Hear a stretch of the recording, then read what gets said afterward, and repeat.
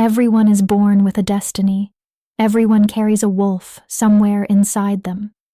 Those were the words May Bernard's mother whispered to her each night before death took her away. But May would learn that some truths were only beautiful lies people repeated to survive a cruel world.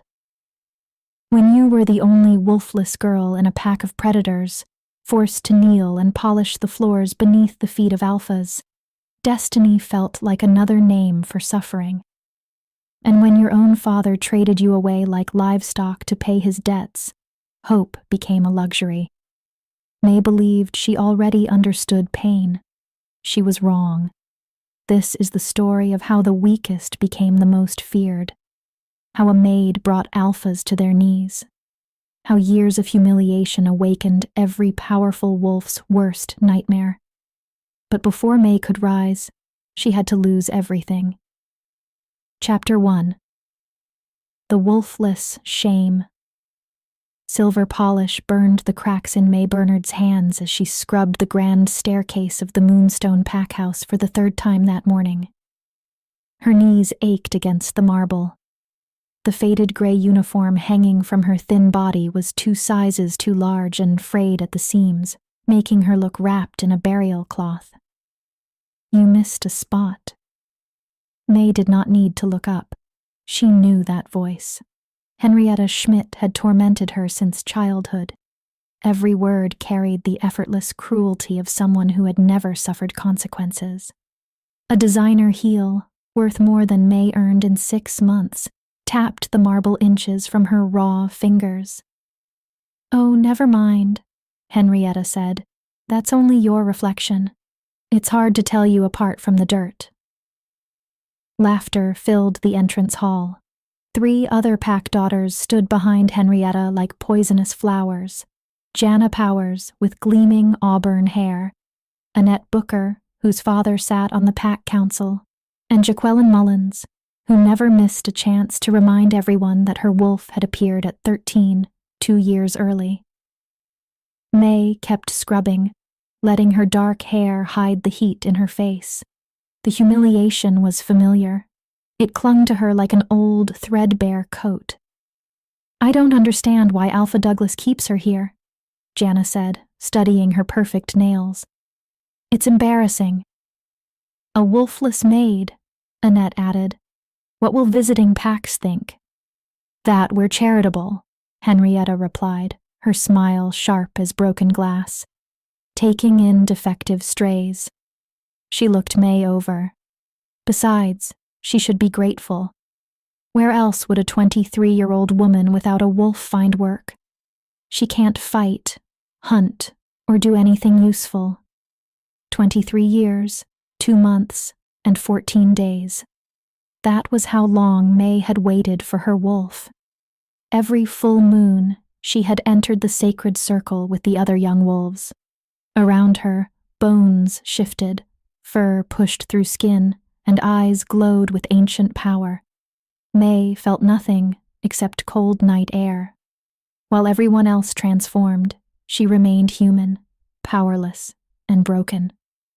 "My father says it's genetic," Annette continued, as though May were not kneeling only a few feet away. Wolflessness. Her mother was probably the same. Weak blood. That must be why she died young. Her own wolf rejected her. May tightened her grip on the cloth until her knuckles turned white. She wanted to scream that her mother had been stronger than all of them. She had survived a rogue attack that killed 12 wolves. After May's father abandoned them, she raised May alone and worked 3 jobs until her body finally failed when May was 16. But servants did not shout. Servants did not defend themselves. Servants survived by becoming invisible. "Ladies," the deep voice sliced through their mockery. May's entire body went rigid. She knew that voice. Everyone in Moonstone Pack did.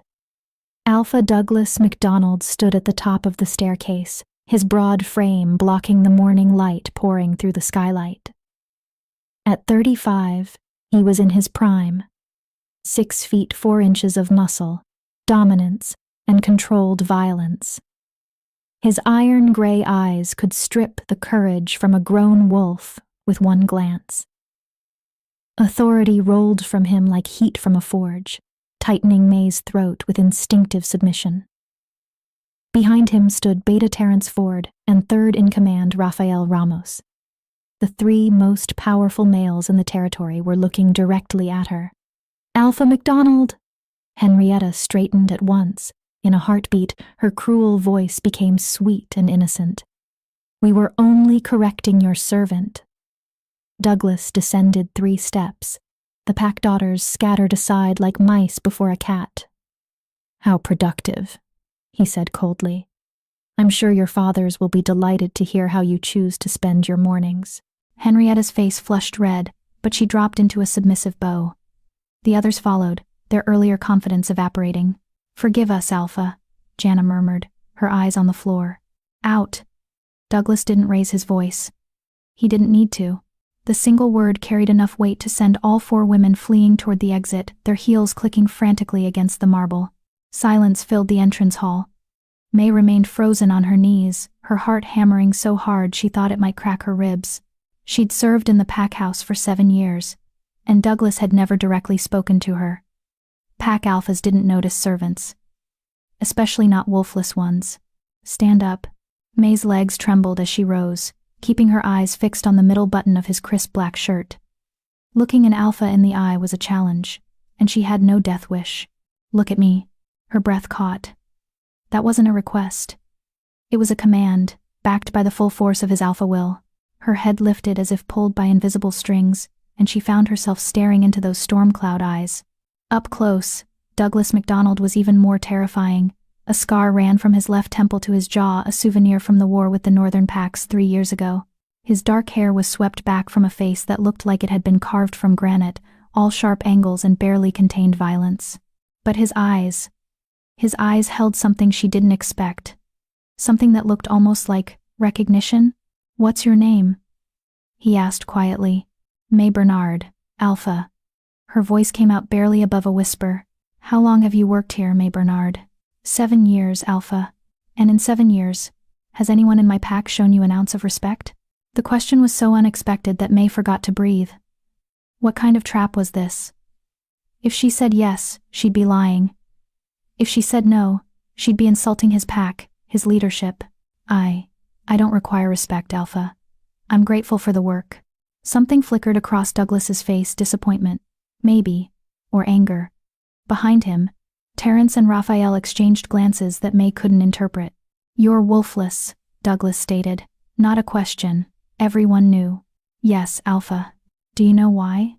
May's throat tightened. "No, Alpha. The pack healers say there's nothing medically wrong with me. My wolf just never came. Or perhaps," Douglas said slowly, each word deliberate, "your wolf is there, but she's been waiting for the right moment to emerge." May's heart stuttered. Was he mocking her? Offering false hope? She'd spent 7 years accepting her fate, building walls around the part of her that still dreamed of transformation.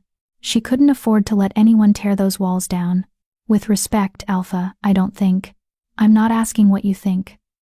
Douglas descended the remaining steps until he stood directly in front of her, so close she could smell his scent, pine and steel, and something wild that made her instincts scream.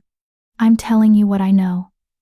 And what I know is that wolfless wolves are rare, but they exist. They're late bloomers whose wolves are waiting for a catalyst, a trauma, a threat, or," his eyes bore into hers, "a mate bond." The world tilted sideways. "No. No. No. No. Alpha Douglas," Terrence said carefully from the staircase. "Perhaps this conversation should happen somewhere more private. She needs to hear it now."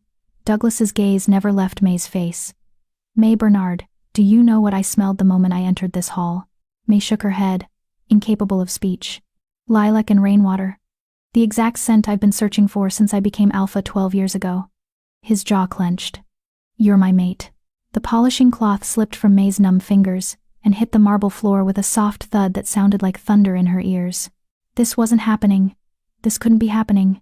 Alpha Douglas MacDonald, the most powerful wolf in 3 territories, the male every unmated female in the pack desired, the leader who could have any woman he wanted, was claiming that she was his mate? The wolfless maid? The broken one? The girl who scrubbed his floors?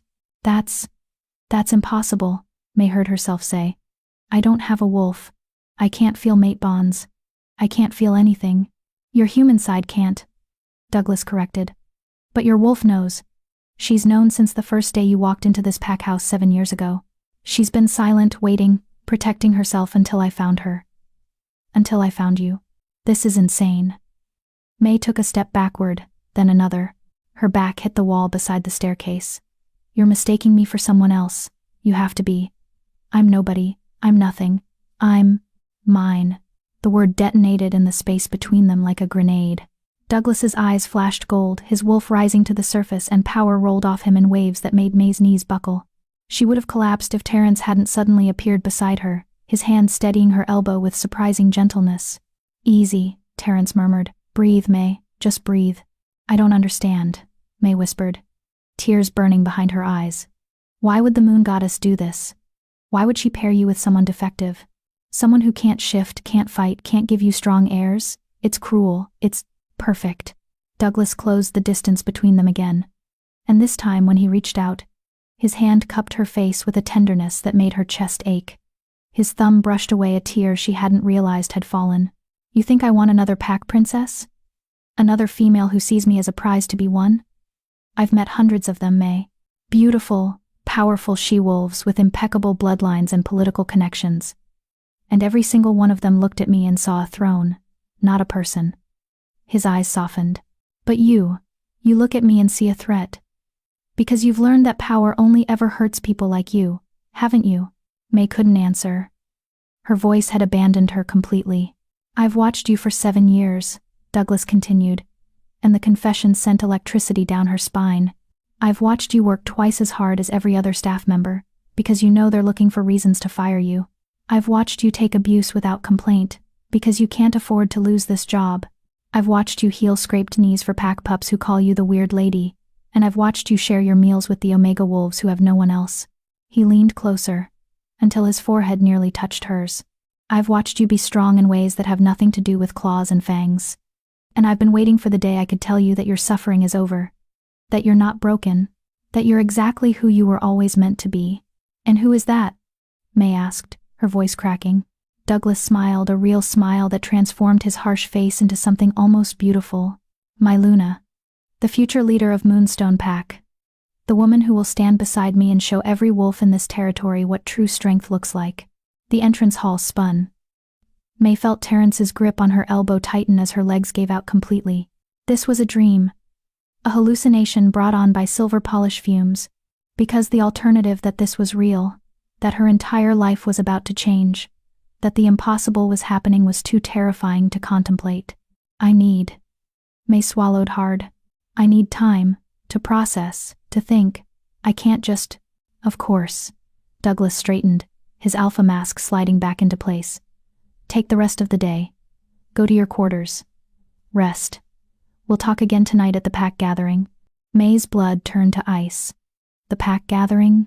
Where I'll formally announce our mate bond to the pack, Douglas said calmly, as if he hadn't just dropped a bomb that would shatter her entire existence. I've delayed claiming my Luna long enough. The pack needs stability. They need to see their alpha has found his mate. But they'll never accept me. The words burst out before May could stop them. I'm wolfless. I'm a servant. They'll riot. They'll obey. Douglas's voice dropped to a dangerous growl. Or they'll face me. And I promise you, May Bernard, no wolf in this territory is strong enough to challenge my choice. He turned and ascended the staircase, his beta and third in command falling into step behind him. At the landing, Douglas paused and looked back. Oh, and May, stop calling yourself broken. You're not broken. You're just dormant. And tonight, at the gathering, I'm going to show the entire pack exactly what happens when a dormant wolf finally wakes up.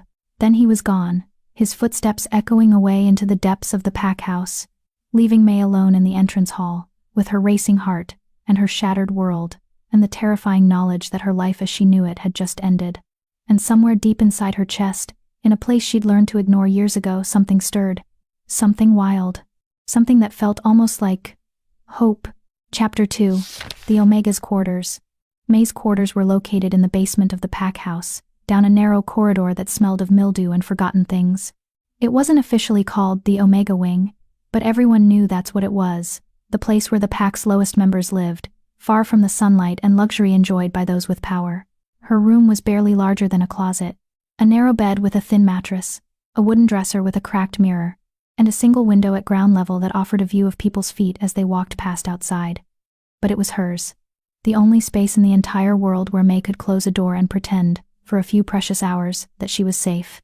She made it 3 steps inside before her legs gave out completely. May collapsed onto the threadbare rug, her back against the bed frame, and finally let herself fall apart. The tears came in waves, each one dragging up 7 years of suppressed pain. She cried for the girl she'd been at 16, standing in the transformation circle for the first time while her wolf failed to appear. She cried for every cruel word, every pitying glance, every door that had closed in her face because she was defective. She cried for her mother, who died believing May would eventually shift, never knowing her daughter would be trapped in this half-life forever. And she cried because Douglas MacDonald had just offered her everything she'd ever dreamed of, and she was terrified it would destroy her. His mate. The words kept echoing in her head like a curse. How could the moon goddess be so cruel? To finally give May a chance at belonging, at power, at love, but to make it so impossible that the entire pack would revolt? A soft knock interrupted her breakdown. May scrambled to her feet, swiping at her tear-stained face. "Who is it?" "It's me, honey."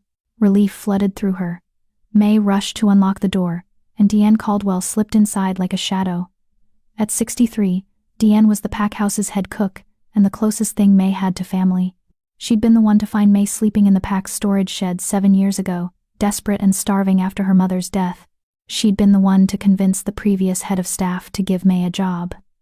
She'd been the one to teach May how to survive in a world designed to crush people like them. Dean's weathered face was creased with worry.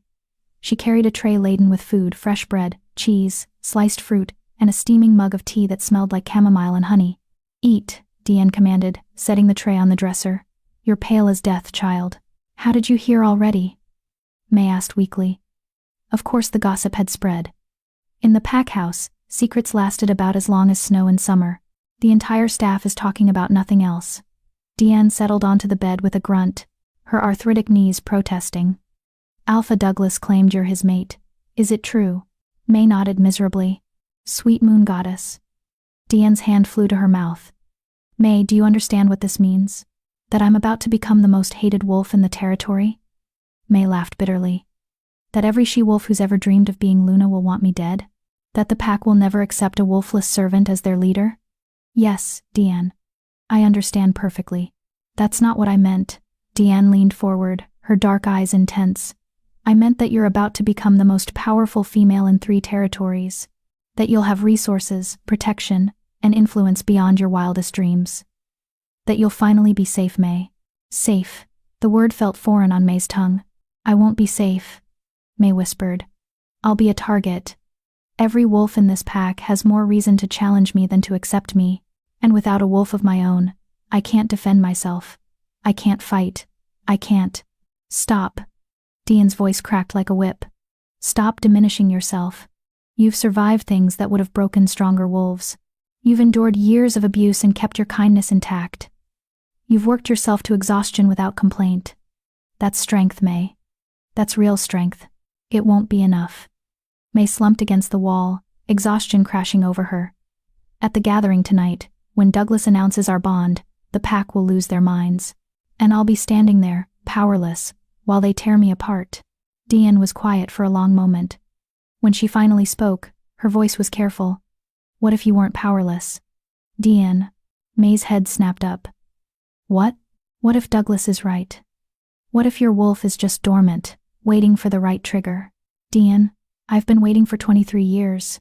No. Listen to me." Deanne scooted closer, her weathered hands gripping May's shoulders. "I knew your mother, May. Did I ever tell you that?" May's breath caught. "No. You never. We grew up in the same pack. Before I transferred here to marry my late mate. Your mother, Karen, she was extraordinary. Powerful. Her wolf was pure white, rare as starlight, but..." Deanne's expression grew troubled. "There were rumors. Whispers that Karen came from a bloodline that was cursed. that her ancestors had been blessed or cursed, depending on who you asked, by the moon goddess herself. Cursed how? May's heart was hammering again. With power that could only be unlocked through suffering, with wolves that slept until their human halves had endured enough pain to earn the transformation. Diane's eyes glistened. I never believed it.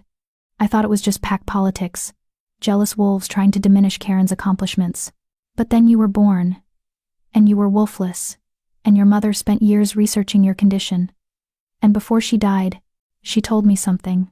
May couldn't breathe. What did she tell you? Diane reached into her apron pocket and withdrew a small leather journal, its cover cracked with age. She said if anything happened to her, I should give this to you when the time was right, when you were ready to understand. May's hands trembled as she accepted the journal.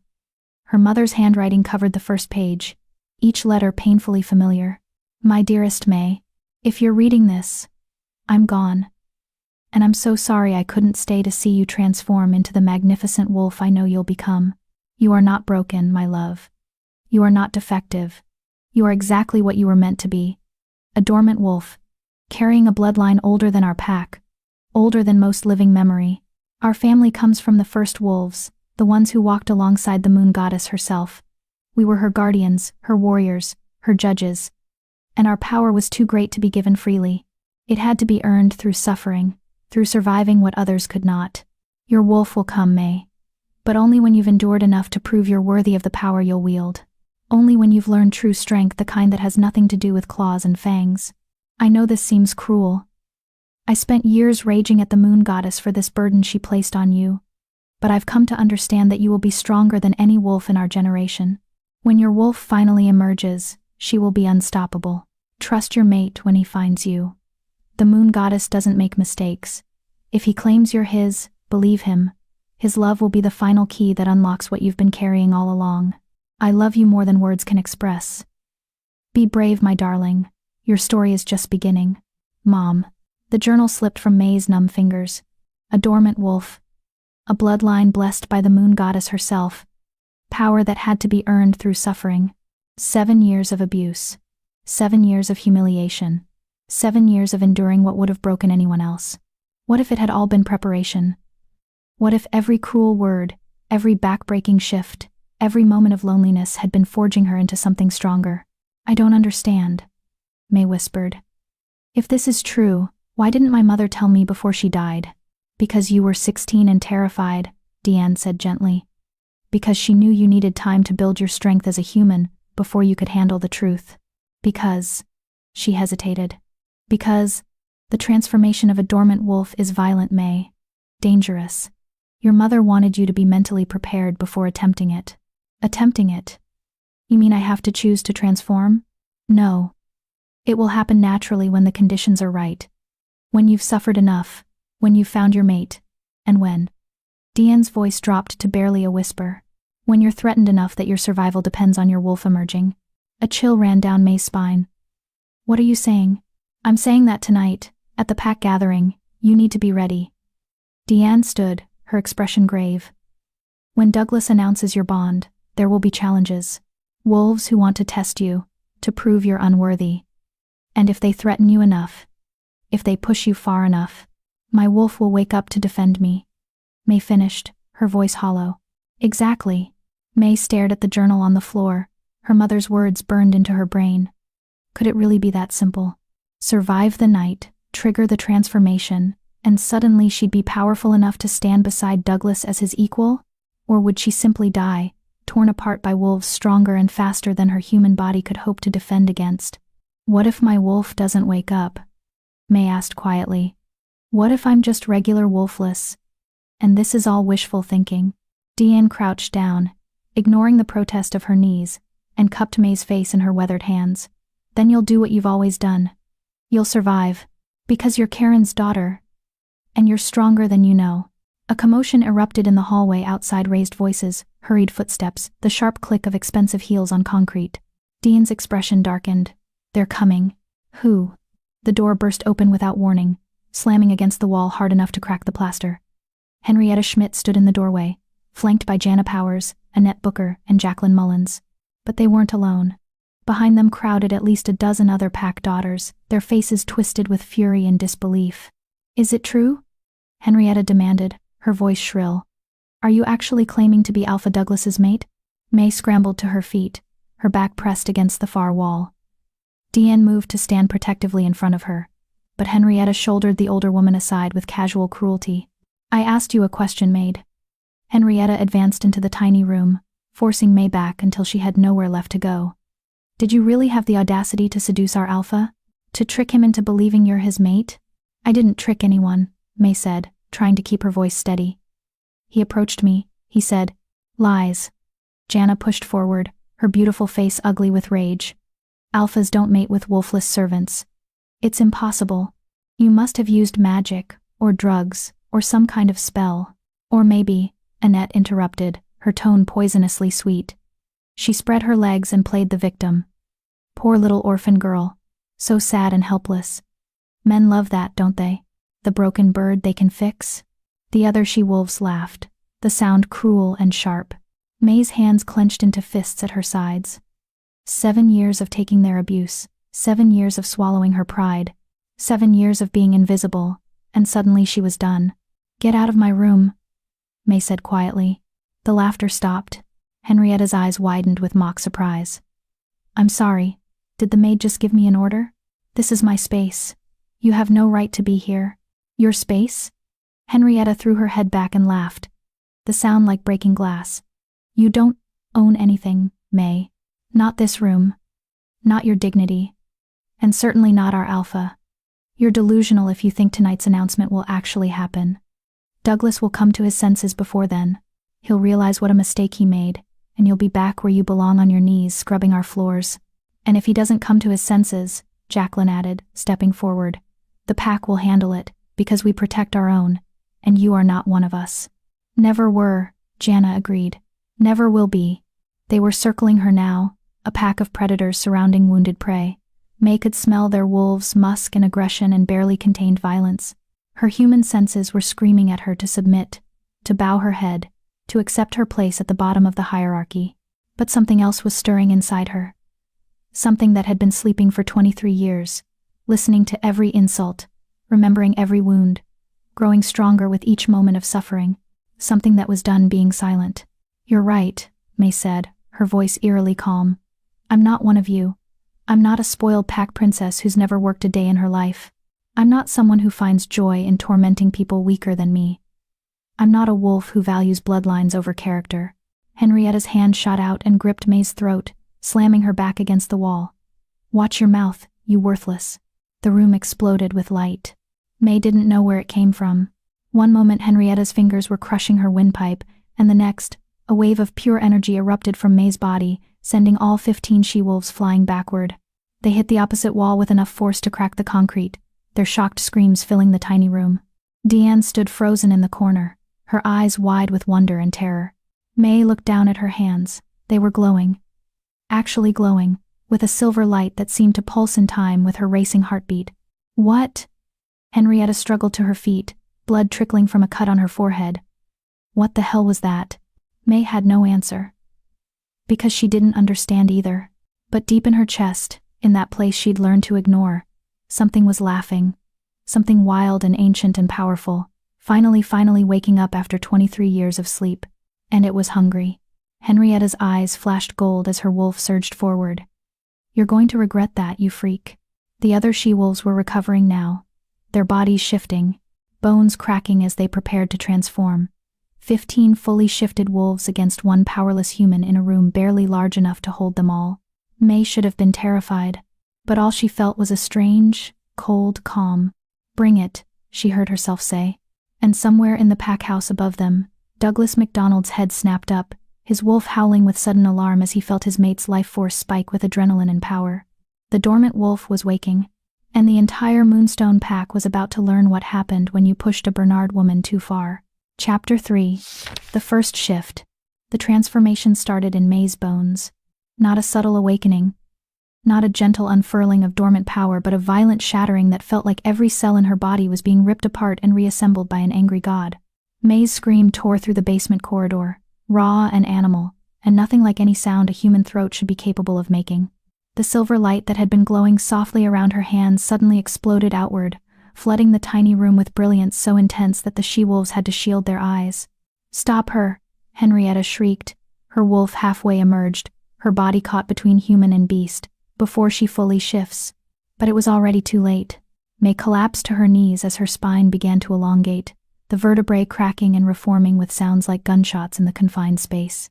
Her skin rippled, and beneath it, something moved, something massive and furious and done with being caged. Deanne pressed herself into the corner, tears streaming down her weathered face. "Moon goddess, protect us," she whispered. "It's happening. It's really happening." May's fingers elongated, her nails splitting and falling away as curved black claws emerged. The pain was indescribable, like being burned alive from the inside out. Every nerve ending was on fire, every muscle tearing and rebuilding, every sense suddenly amplified 1,000-fold. She could smell everything: the fierce sweat of the she-wolves, the mildew in the walls, Deanne's chamomile tea from 3 rooms away, Douglas's pine and steel scent from 5 floors above. Getting closer, he was running, she realized, racing toward her with inhuman speed. She could hear everything. Heartbeats like war drums, whispered conversations throughout the pack house, the earth settling beneath the building's foundation, the wind moving through trees half a mile away, and beneath it all, she could hear a voice she'd been waiting 23 years to meet. Finally, her wolf growled, her tone ancient and battle-scarred and absolutely merciless. "Finally, you let me out to play. She's actually shifting." Jana backed toward the door, her wolf retreating in the face of something she didn't understand. "That's impossible. Wolfless wolves can't." Her words cut off as May's body convulsed one final time. Fur erupted across her skin, not the usual brown or gray or black of common wolves, but pure white streaked with silver, like moonlight made solid. Her face elongated into a muzzle filled with teeth designed for tearing. Her legs reshaped, powerful haunches bunching with muscle that hadn't existed moments before. When the transformation completed, May Bernard no longer existed. In her place stood a wolf that made every she-wolf in the room instinctively drop into submission. May's wolf was massive, easily twice the size of a normal female, bigger even than most male alphas. Her white fur seemed to shimmer with that same silver light, as if she'd been dipped in starlight. Her eyes had gone from plain brown to luminous gold shot through with veins of pure silver, and the power radiating from her. Henrietta's wolf whimpered and flattened itself against the floor, neck bared in automatic submission. The other she-wolves followed, their earlier aggression evaporating in the face of something their instincts recognized as superior. "Pathetic," May's wolf snarled, her voice resonating through May's mind like thunder. "These are the wolves who tormented you? These pups? I could kill them all before they managed to stand." No, May thought back, struggling to maintain control over her own body as the wolf's bloodlust surged through her. "No killing. Please. They deserve it. They came here to hurt you, to put you back in your place. I know. But I'm not them, I won't become them." Her wolf laughed, a sound like rocks tumbling down a mountainside. "Such human mercy. You'll learn. Power demands consequences. But fine. For now, we'll settle for making them understand what they're dealing with." May's wolf took one deliberate step forward. Henrietta's wolf scrambled backward, a high-pitched whine escaping her throat. "I'm sorry," Henrietta gasped, her voice distorted by her partial transformation. "I'm sorry. I didn't know. Please don't." The door exploded inward. Douglas MacDonald stood in the doorway, his chest heaving, his eyes blazing gold with his wolf's presence. Terrence and Raphael flanked him, both of them staring at May's wolf with expressions of pure shock. For a long moment, nobody moved. Nobody breathed. Then Douglas's wolf roared a sound of pure triumph and possession and overwhelming joy, and he was across the room in a blur of motion. He dropped to his knees in front of May's wolf, his head bowed, his neck bared in a gesture of ultimate respect and recognition.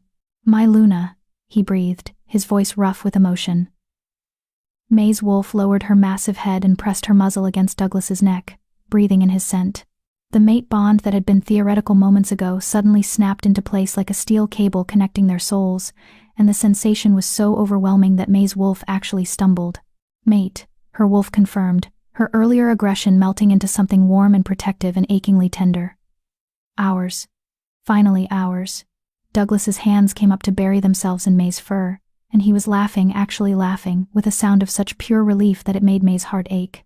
"I knew it," he said, his face pressed against her neck. "I knew your wolf was in there. I knew she was just waiting for the right moment." He pulled back to look into her golden eyes. "You're magnificent. Do you understand me? You're the most magnificent thing I've ever seen." Behind him, Terrence cleared his throat. "Alpha, we have a problem." Douglas's expression hardened instantly, his protective instincts flaring. He stood but kept one hand on May's head, maintaining physical contact. "Speak." The entire pack house felt that energy spike. Terrence gestured toward the cracked walls, the scorch marks where May's power had exploded outward. "Everyone knows something major just happened, and with the gathering scheduled for tonight." He trailed off meaningfully. Raphael stepped forward, his dark eyes fixed on the she-wolves still prostrated on the floor. "These pack daughters witnessed Luna May's first transformation. They'll talk. By sunset, every wolf in the territory will know that the wolfless maid just shifted into a wolf more powerful than most of their alphas." "Good," Douglas said flatly. "Let them know. Let them understand exactly who they've been disrespecting for 7 years. Douglas." Dean's voice, quiet but firm, cut through the tension. She was still pressed into the corner, but her expression was knowing. "You need to understand what just happened here. May isn't just a late bloomer. She's a dormant wolf, a descendant of the first wolves. Her mother was from the Bernard bloodline." Every wolf in the room went still. "The Bernard bloodline?" Raphael's voice was barely a whisper. "The goddess's guardians? I thought that was a myth." "Clearly not." Deanne pushed herself to her feet, wincing as her knees protested. May's mother, Karen, was pure white like May, and her power was— She shook her head. Devastating. When she fought, she was unstoppable. But it came at a cost. The Bernard wolves don't just have power, they pay for it with suffering. Every moment of pain, every hardship, every injustice they endure, it all feeds their wolf. Makes them stronger. Douglas's hand tightened in May's fur, his jaw clenched. "You're saying that the 7 years of abuse May suffered made her wolf into that?" Deanne gestured at May's massive form. "A Bernard wolf's strength is directly proportional to the pain they've survived, and May has survived more than most wolves endure in a lifetime." Silence fell over the room as the implications sank in. Henrietta finally found her voice, though it came out small and terrified. "Alpha Douglas, I swear we didn't know. We would never have." "Never have what?" Douglas's voice dropped to a lethal purr. "Never have tormented her? Never have called her worthless and defective? Never have made her life a living hell for 7 years?" His eyes flashed dangerously. "Because that's exactly what you did. All of you. You took a descendant of the first wolves, a female who was destined to be one of the most powerful wolves in our generation, and you tried to break her spirit. We were just—" Jana started. "Silent." The command cracked like a whip, infused with so much alpha will that Jana's mouth snapped shut involuntarily. Douglas looked at each she-wolf in turn, his disgust palpable. "At the gathering tonight, you will all publicly apologize to Luna May. You will kneel before her, bare your necks, and beg her forgiveness for every cruelty you inflicted. And if she chooses to accept your apologies, which would be far more mercy than you deserve, you will spend the rest of your lives proving your loyalty to her. Do I make myself clear?" A chorus of "Yes, Alpha" echoed through the room. "Get out. All of you. And if I hear even a whisper of disrespect toward my mate before tonight's gathering, you'll learn what happens when an alpha truly loses his temper."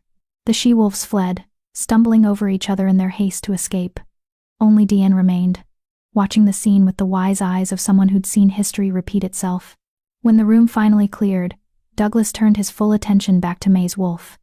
His expression softened, all the harsh authority melting away to reveal something vulnerable underneath.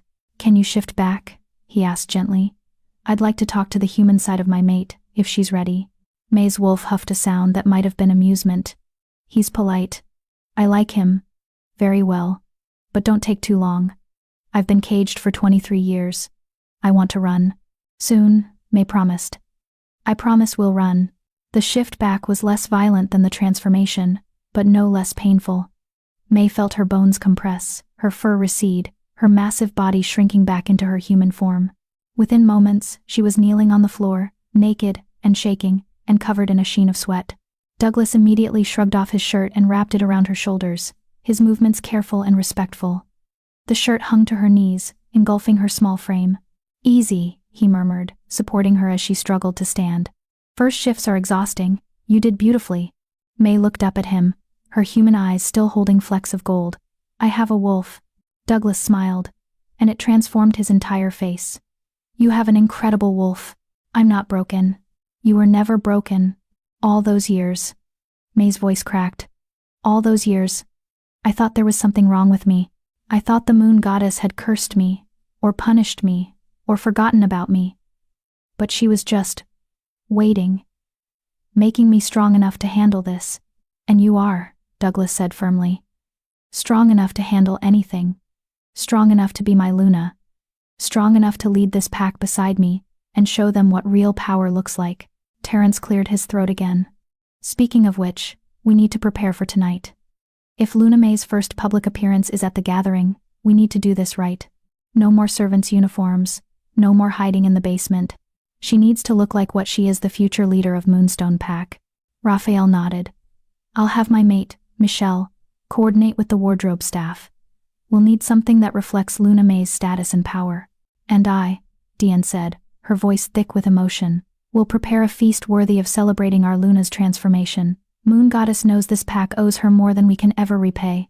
Douglas's arm wrapped around May's shoulders, pulling her against his side. The mate bond hummed with contentment, and May felt her wolf purr in response. The gathering starts at sunset, Douglas said. That gives us 4 hours to prepare. May, I want you to rest. Your body has been through tremendous strain. No. May surprised herself with the firmness in her voice. She straightened, meeting Douglas's eyes without flinching. No more hiding. No more resting. If I'm going to be Luna, if I'm going to face this pack tonight, I need to prepare. I need to learn how to be what they need me to be. Douglas studied her for a long moment, then nodded slowly. All right. Then we train. Terrence, clear the private training grounds. Raphael, alert the pack council that we'll be making the announcement tonight as planned. And someone find Evan Summers. I want our best protocol instructor teaching Luna May everything she needs to know about pack hierarchy and Luna responsibilities. And me? Diane asked. You, Douglas said gently, are going to tell us everything you know about the Bernard bloodline. Because if May is truly descended from the goddess's guardians, there's more to her power than just a strong wolf. And we need to understand what we're dealing with before tonight. May's hand found Douglas's, their fingers intertwining. The mate bond thrummed with shared determination. 4 hours, May said quietly. 4 hours, until I face the pack that's tormented me for 7 years. 4 hours until I either prove I'm worthy to be Luna, or they tear me apart for daring to rise above my station. Douglas squeezed her hand, his gold eyes fierce. They won't tear you apart. I won't allow it. But more importantly, he leaned down until his forehead touched hers. You won't allow it. Because you're not that scared mate anymore, May. You're a wolf now. And wolves don't submit to anyone they don't choose to submit to. May's wolf stirred in agreement, her presence warm and solid in May's chest. He's right, her wolf said. We've been prey long enough. Tonight we show them what predators look like. May took a deep breath, squared her shoulders, and looked around the tiny basement room that had been her prison for 7 years. The cracked walls, the threadbare rug, the narrow bed that had witnessed countless nights of quiet crying. I'm ready, she said. Let's begin. Chapter 4. The Luna's Education. The private training grounds were a world away from the basement quarters May had called home. Located behind the pack house, the sprawling complex featured an outdoor combat arena, an obstacle course designed to test wolf agility, and a secluded garden where high-ranking wolves conducted sensitive meetings away from prying ears. May stood in the center of the combat arena, still wearing Douglas's oversized shirt paired with borrowed training pants that Terrence had procured from somewhere. Her bare feet pressed against the packed earth, and she could feel every pebble, every shift in temperature, every vibration of movement from the wolves gathering at the arena's perimeter. Her senses were overwhelming. Even in human form, she could hear conversations happening inside the pack house 300 yards away. She could smell the anxiety rolling off the dozen pack members who'd been summoned to witness her training. She could feel the afternoon sun on her skin with an intensity that made her want to shift back to wolf form just to escape the sensory overload. You'll adapt, her wolf assured her. First shifts are always disorienting. Give it time. Douglas stood beside her, his presence a steady anchor in the chaos. Terrence and Raphael flanked them, along with Evan Summers, a lean wolf in his 40s with sharp gray eyes and an air of academic precision that marked him as the pack's protocol instructor. "Luna May," Evan began, his tone respectful but businesslike. "We have approximately 3 hours before the gathering. In that time, I need to teach you everything a Luna needs to know about pack hierarchy, proper conduct, and the rituals you'll be expected to perform tonight. Under normal circumstances, this education takes months. We have 3 hours. So I'm going to speak quickly, and I need you to absorb everything I say. Understood?" May nodded, her throat tight. 3 hours to become someone she'd never imagined being. First lesson, pack hierarchy. Evan produced a tablet and pulled up a complex organizational chart. Moonstone Pack consists of 412 wolves across 7 territory sectors. At the top is Alpha Douglas. Below him, Beta Terrence and Third Raphael. Below them, the pack council of 12 members, who oversee territory management, security, education, and resources. May studied the chart, her mind working to memorize names and faces and positions. "Where do I fit?" "Beside the Alpha," Evan said simply. "As Luna. You're not beneath Douglas, you're his equal partner. His authority comes from strength and dominance. Yours comes from wisdom and nurturing. Together, you form the complete leadership the pack needs." "But I'm not wise," May protested. "And I've never nurtured anyone except every Omega wolf in this pack," Terrence interrupted gently. "Except the pups who come to you with scraped knees and hurt feelings because their parents are too busy. Except the elderly staff members who can barely keep up with their duties anymore. You've been acting as an unofficial Luna for years, May. You just didn't have the title." May's chest tightened. She'd never thought of her actions that way. She'd just been trying to survive, to find small ways to feel useful in a world that treated her as worthless. "Second lesson," Evan continued. "The gathering itself.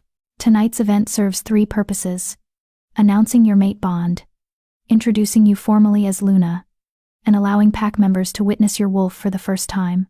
The ceremony follows a specific structure that hasn't changed in centuries."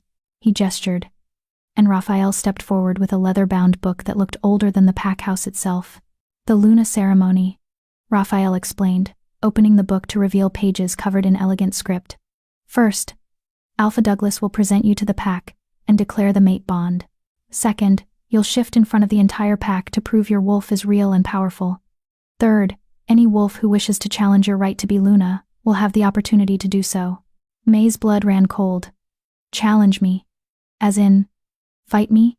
"It's tradition," Douglas said, his jaw tight. "Any wolf who believes they would make a better Luna can issue a formal challenge. You then have the right to accept or decline. If you accept, you fight. Winner becomes Luna. And if I decline, then the challenger can appeal to the pack council, who will vote on whether you're fit to lead." Douglas's expression darkened. "Which is why you won't be declining any challenges. Because the moment you show weakness, the moment you suggest you can't defend your position, the pack will lose faith in you." May's hands clenched into fists. "So I have to fight. Wolves who've been training their entire lives. Wolves who actually know how to use their claws and fangs. While I've been shifted for less than an hour." "Yes," Douglas said bluntly. "I won't lie to you, May. Tonight will be brutal, but you have advantages they don't." "Like what?" May's voice came out sharper than she intended. "Like me." Her wolf's presence surged forward, confident and battle-ready. "Like the fact that I've been watching these wolves for 23 years, learning their weaknesses, planning how I'd destroy them if you ever let me out. Like the fact that Bernard wolves are born for combat, it's literally in our blood." Evan nodded, apparently having heard May's wolf speak through their bond. "Your wolf is right. Bernard wolves are legendary fighters. Your ancestors served as the moon goddess's personal guard. They fought creatures that would make modern wolves run screaming. That instinct, that knowledge, is coded into your DNA. When you fight tonight, your wolf will know what to do." "Trust her," Douglas added, his hand finding May's. "Trust your wolf. She's kept you alive for 23 years by staying hidden. Now she'll keep you alive by being unleashed." May wanted to argue. Wanted to point out that instinct only went so far against opponents with decades of training. But the absolute certainty in her wolf's presence made her pause. "I've got this," her wolf promised. "Just don't fight me. When the challenges come, let me handle them." "Third lesson," Evan pressed on, "pack etiquette. As Luna, certain behaviors are expected. You must never show fear, even when terrified. You must never back down from a confrontation, unless tactically necessary. You must always stand to Douglas's right during formal events. You must address pack members by their proper titles until given permission to use familiar names. And most importantly, he met her eyes. You must remember that every action you take reflects on Douglas and his leadership. If you appear weak, the pack questions his judgment in choosing you. If you appear strong, they respect his wisdom. The weight of it crashed over May like a wave. She wasn't just fighting for herself tonight.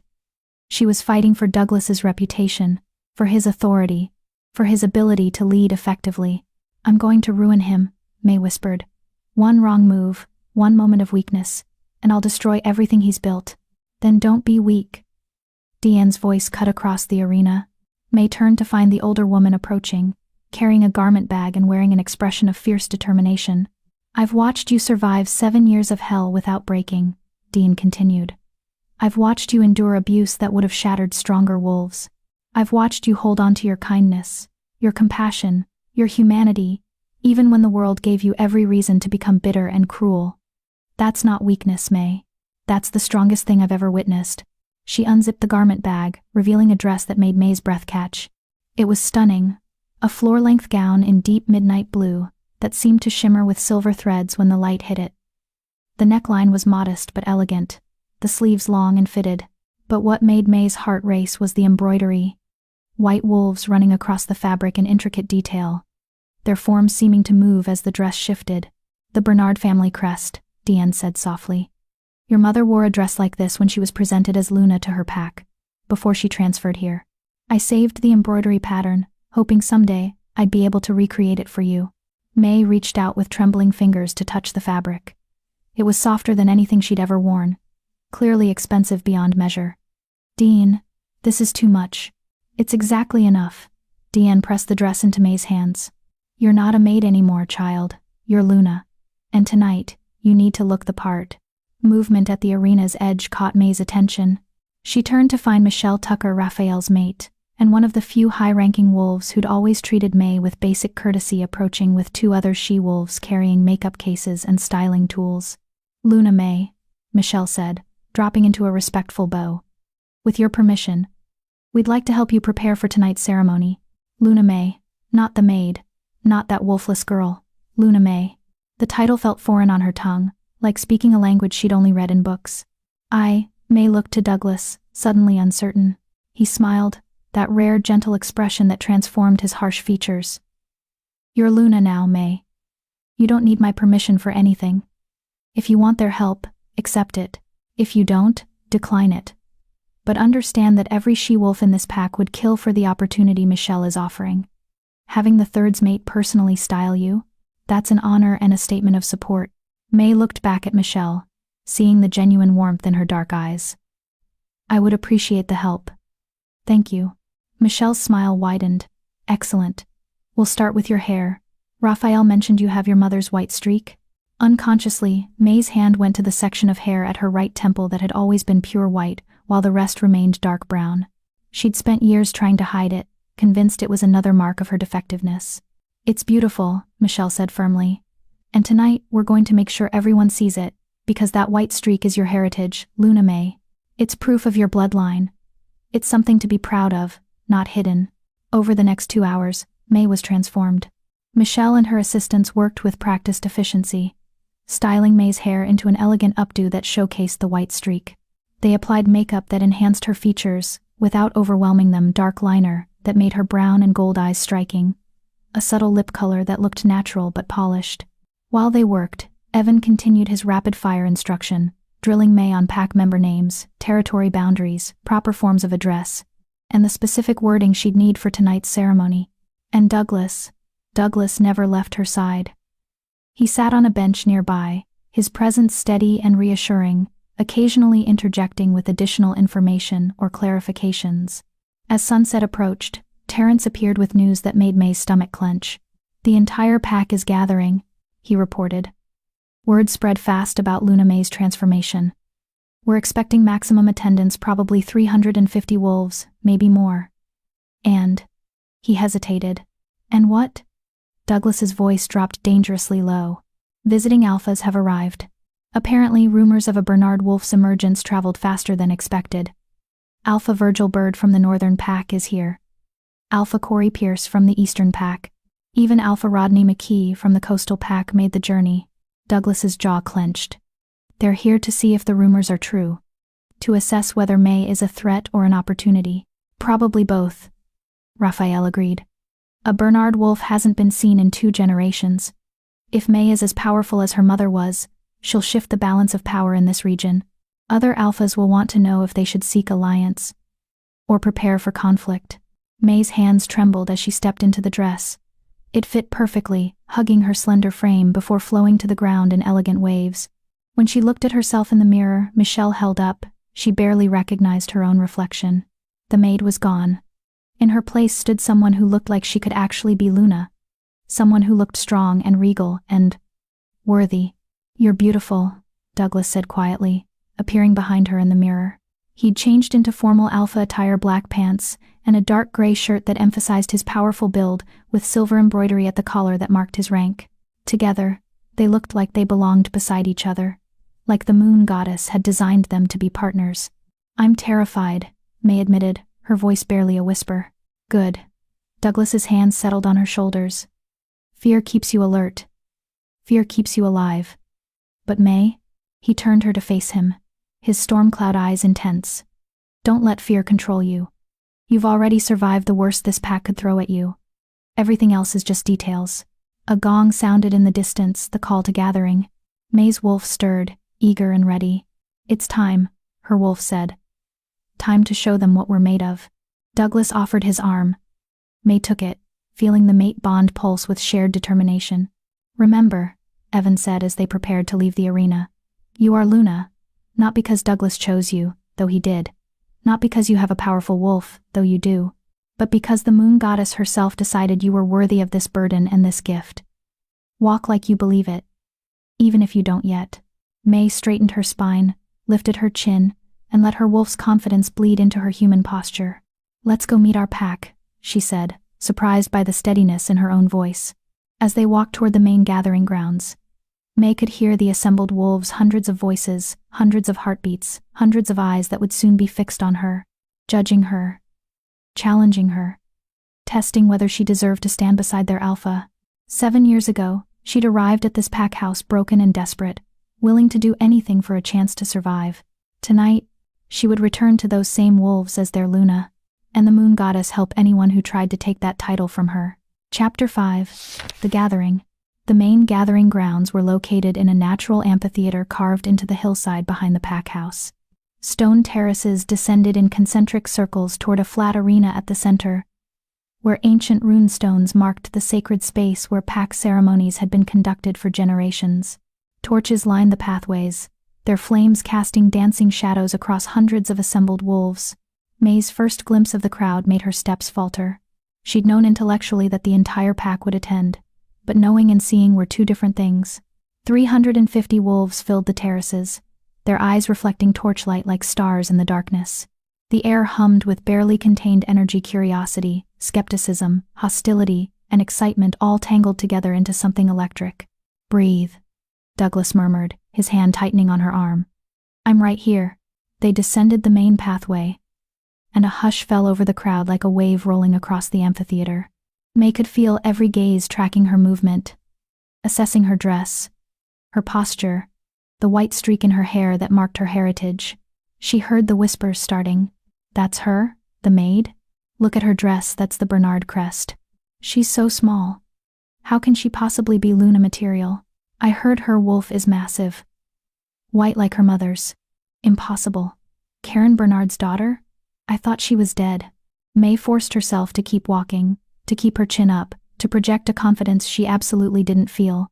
Her wolf prowled restlessly beneath her skin, eager to emerge and silence the doubters with raw power.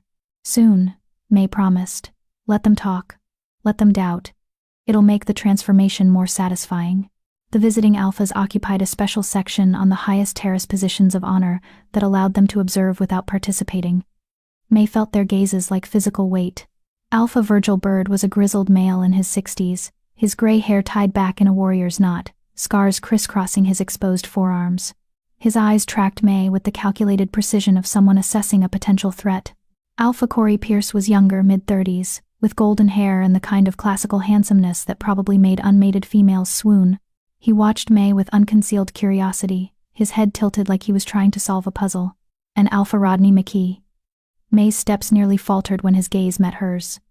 He was massive, easily matching Douglas in size, with dark skin and eyes that held ancient knowledge. When he looked at May, she had the unsettling sensation that he could see straight through to her wolf. Douglas led her to the center of the arena, where a raised platform had been constructed. Terrence and Raphael flanked them, while Evan stood ready with the ceremonial texts.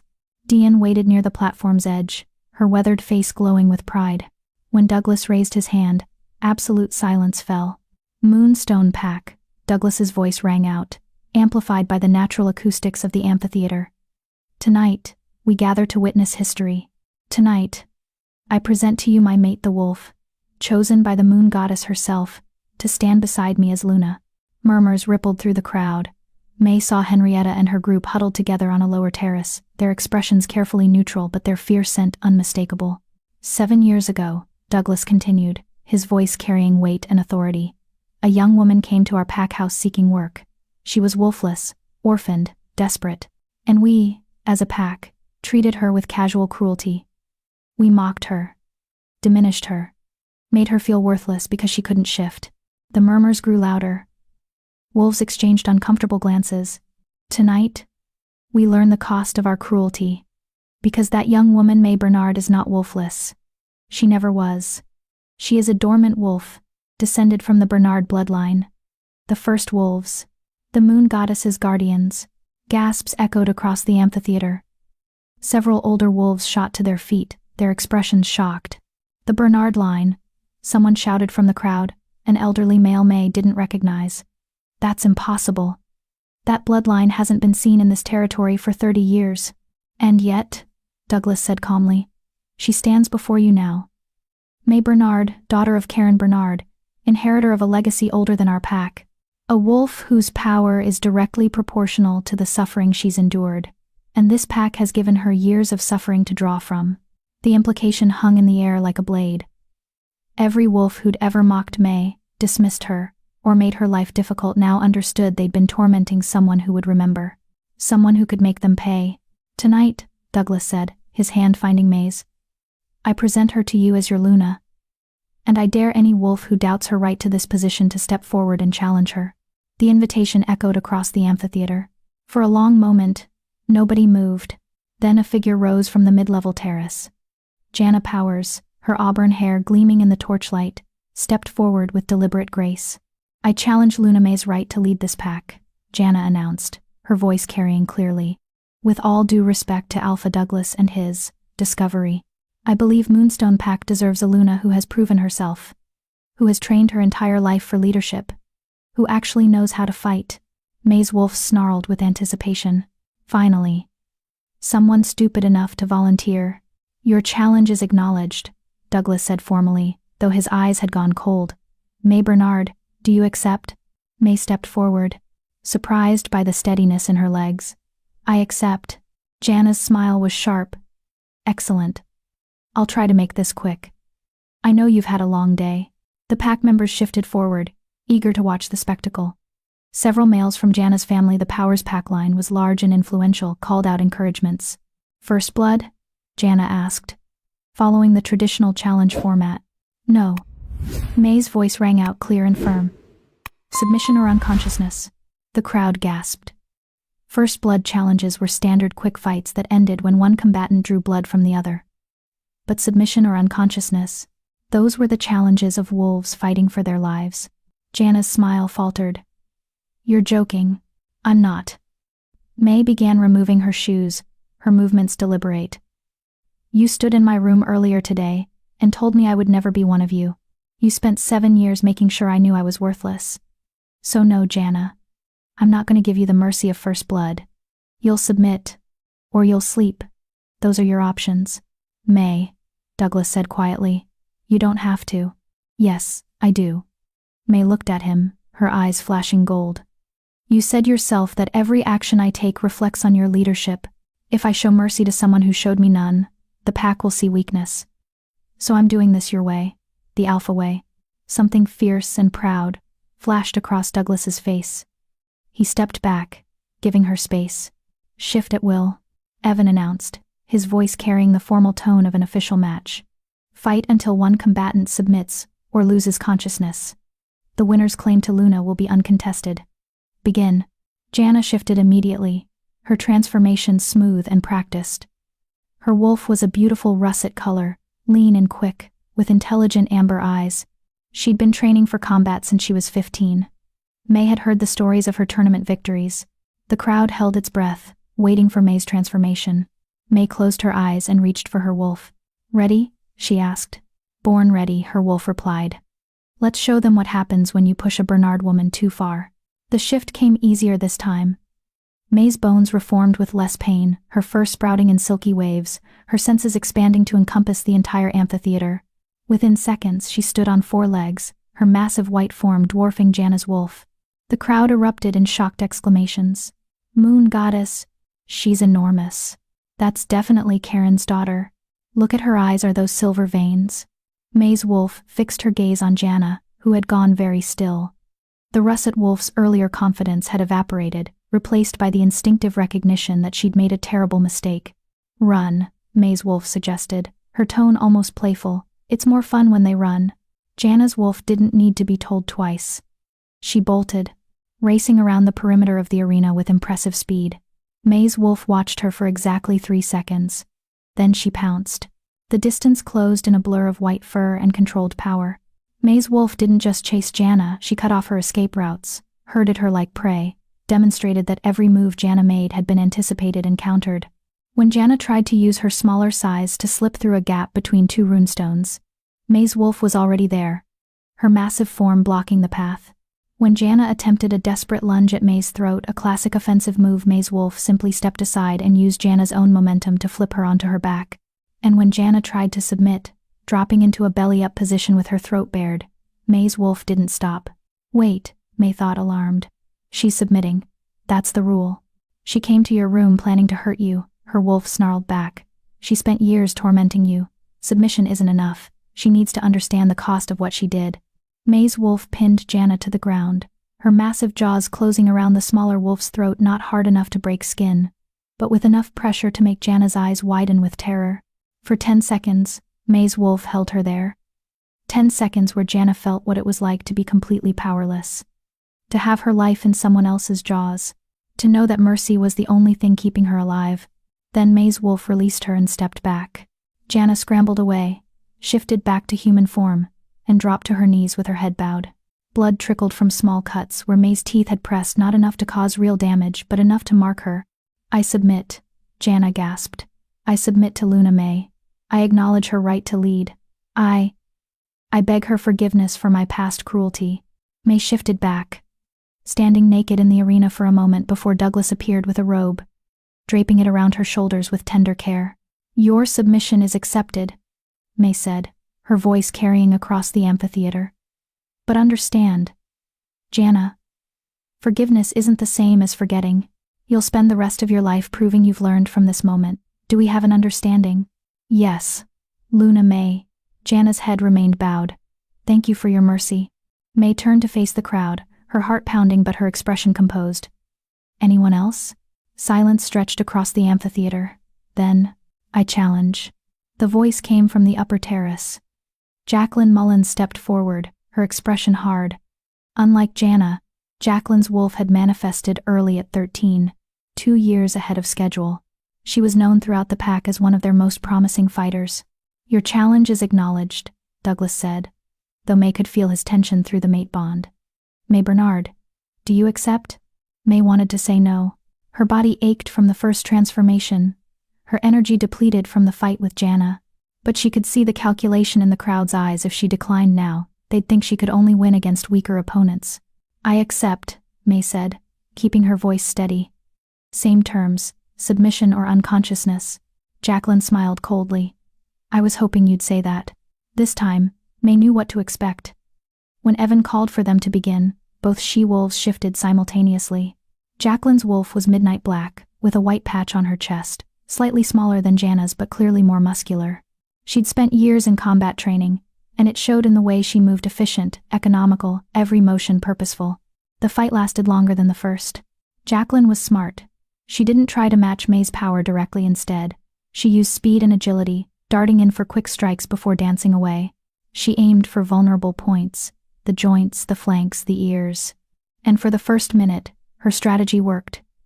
She landed several solid bites, drawing thin lines of blood across May's white fur. The crowd cheered, sensing a real contest.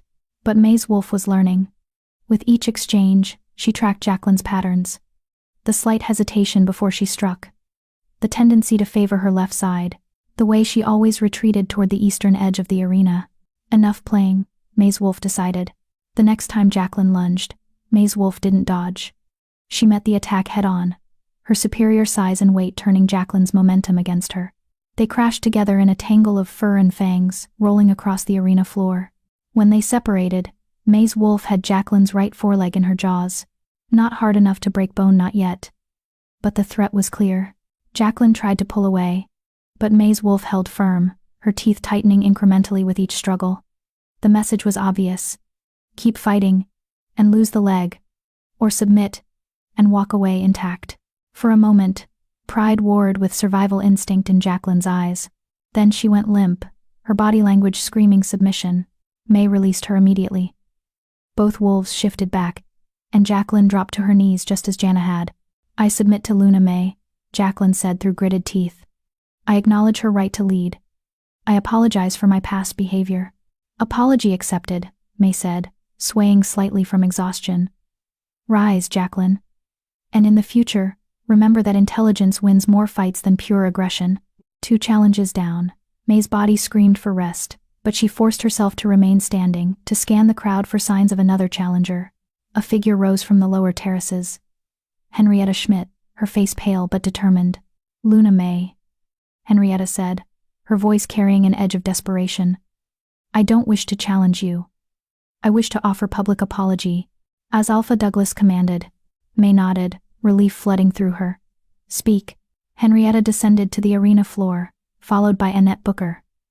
Both she-wolves dropped to their knees before May, their necks bared in the ultimate gesture of submission. Luna May, Henrietta began, her voice shaking. I have spent 7 years treating you with cruelty I cannot justify. I mocked your wolflessness. I diminished your worth. I took pleasure in your pain. And I was wrong. Profoundly, unforgivably wrong. I beg your forgiveness, not because I deserve it, but because I hope to learn from my mistakes and become worthy of serving you. I echo Henrietta's words, Annette added. We were cruel, thoughtless, and arrogant. We judged you for circumstances beyond your control. We failed to see the strength you demonstrated every day simply by surviving. We beg your mercy, Luna May. May looked down at them, these she-wolves who'd made her life hell, now kneeling in the dirt before her. 7 years ago, she would have given anything for this moment. For acknowledgement, for apology, for them to see her as more than a defective burden. But now, standing here with power thrumming through her veins, and her wolf purring with satisfaction, she found the victory hollow. Because their apologies didn't erase the years of pain, didn't undo the nights she'd cried herself to sleep, didn't heal the wounds they'd inflicted with their casual cruelty. But May's mother had taught her something important, that strength wasn't just about power. It was about choosing mercy when vengeance would be easier. I accept your apologies, May said quietly. But understand, acceptance isn't absolution. You'll need to prove through action, not just words, that you've changed. Starting tonight, you're both assigned to Omega duties for the next 3 months. You'll work alongside the wolves you once dismissed, and you'll learn what service really means. Henrietta's face crumpled with relief. Thank you, Luna May. We won't disappoint you.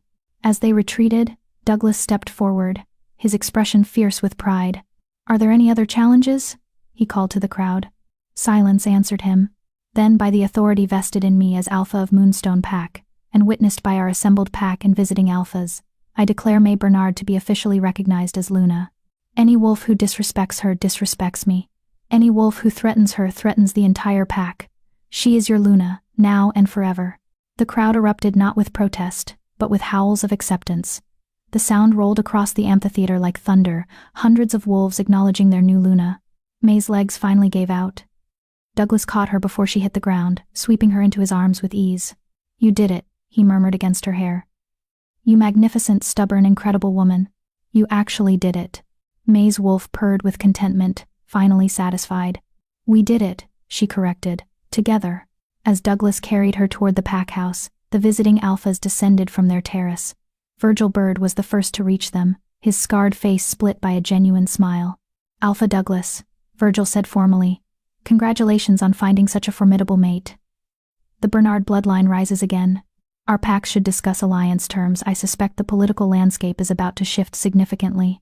Corey Pierce laughed, his golden eyes warm. "Shift significantly? That's putting it mildly. If other Bernard descendants are out there dormant and waiting, we might be entering a new era." But it was Rodney McKee who made May's blood run cold with his next words. "Luna May," Rodney said quietly, his ancient eyes boring into hers. "Your emergence isn't coincidence. The moon goddess doesn't wake Bernard wolves without reason. Something is coming.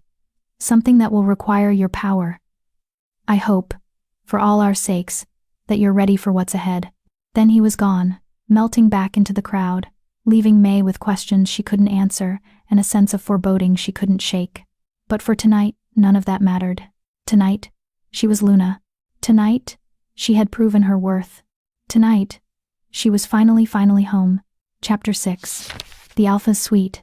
Douglas carried May through the pack house's grand entrance, past clusters of wolves who bowed their heads in respect as their new Luna passed.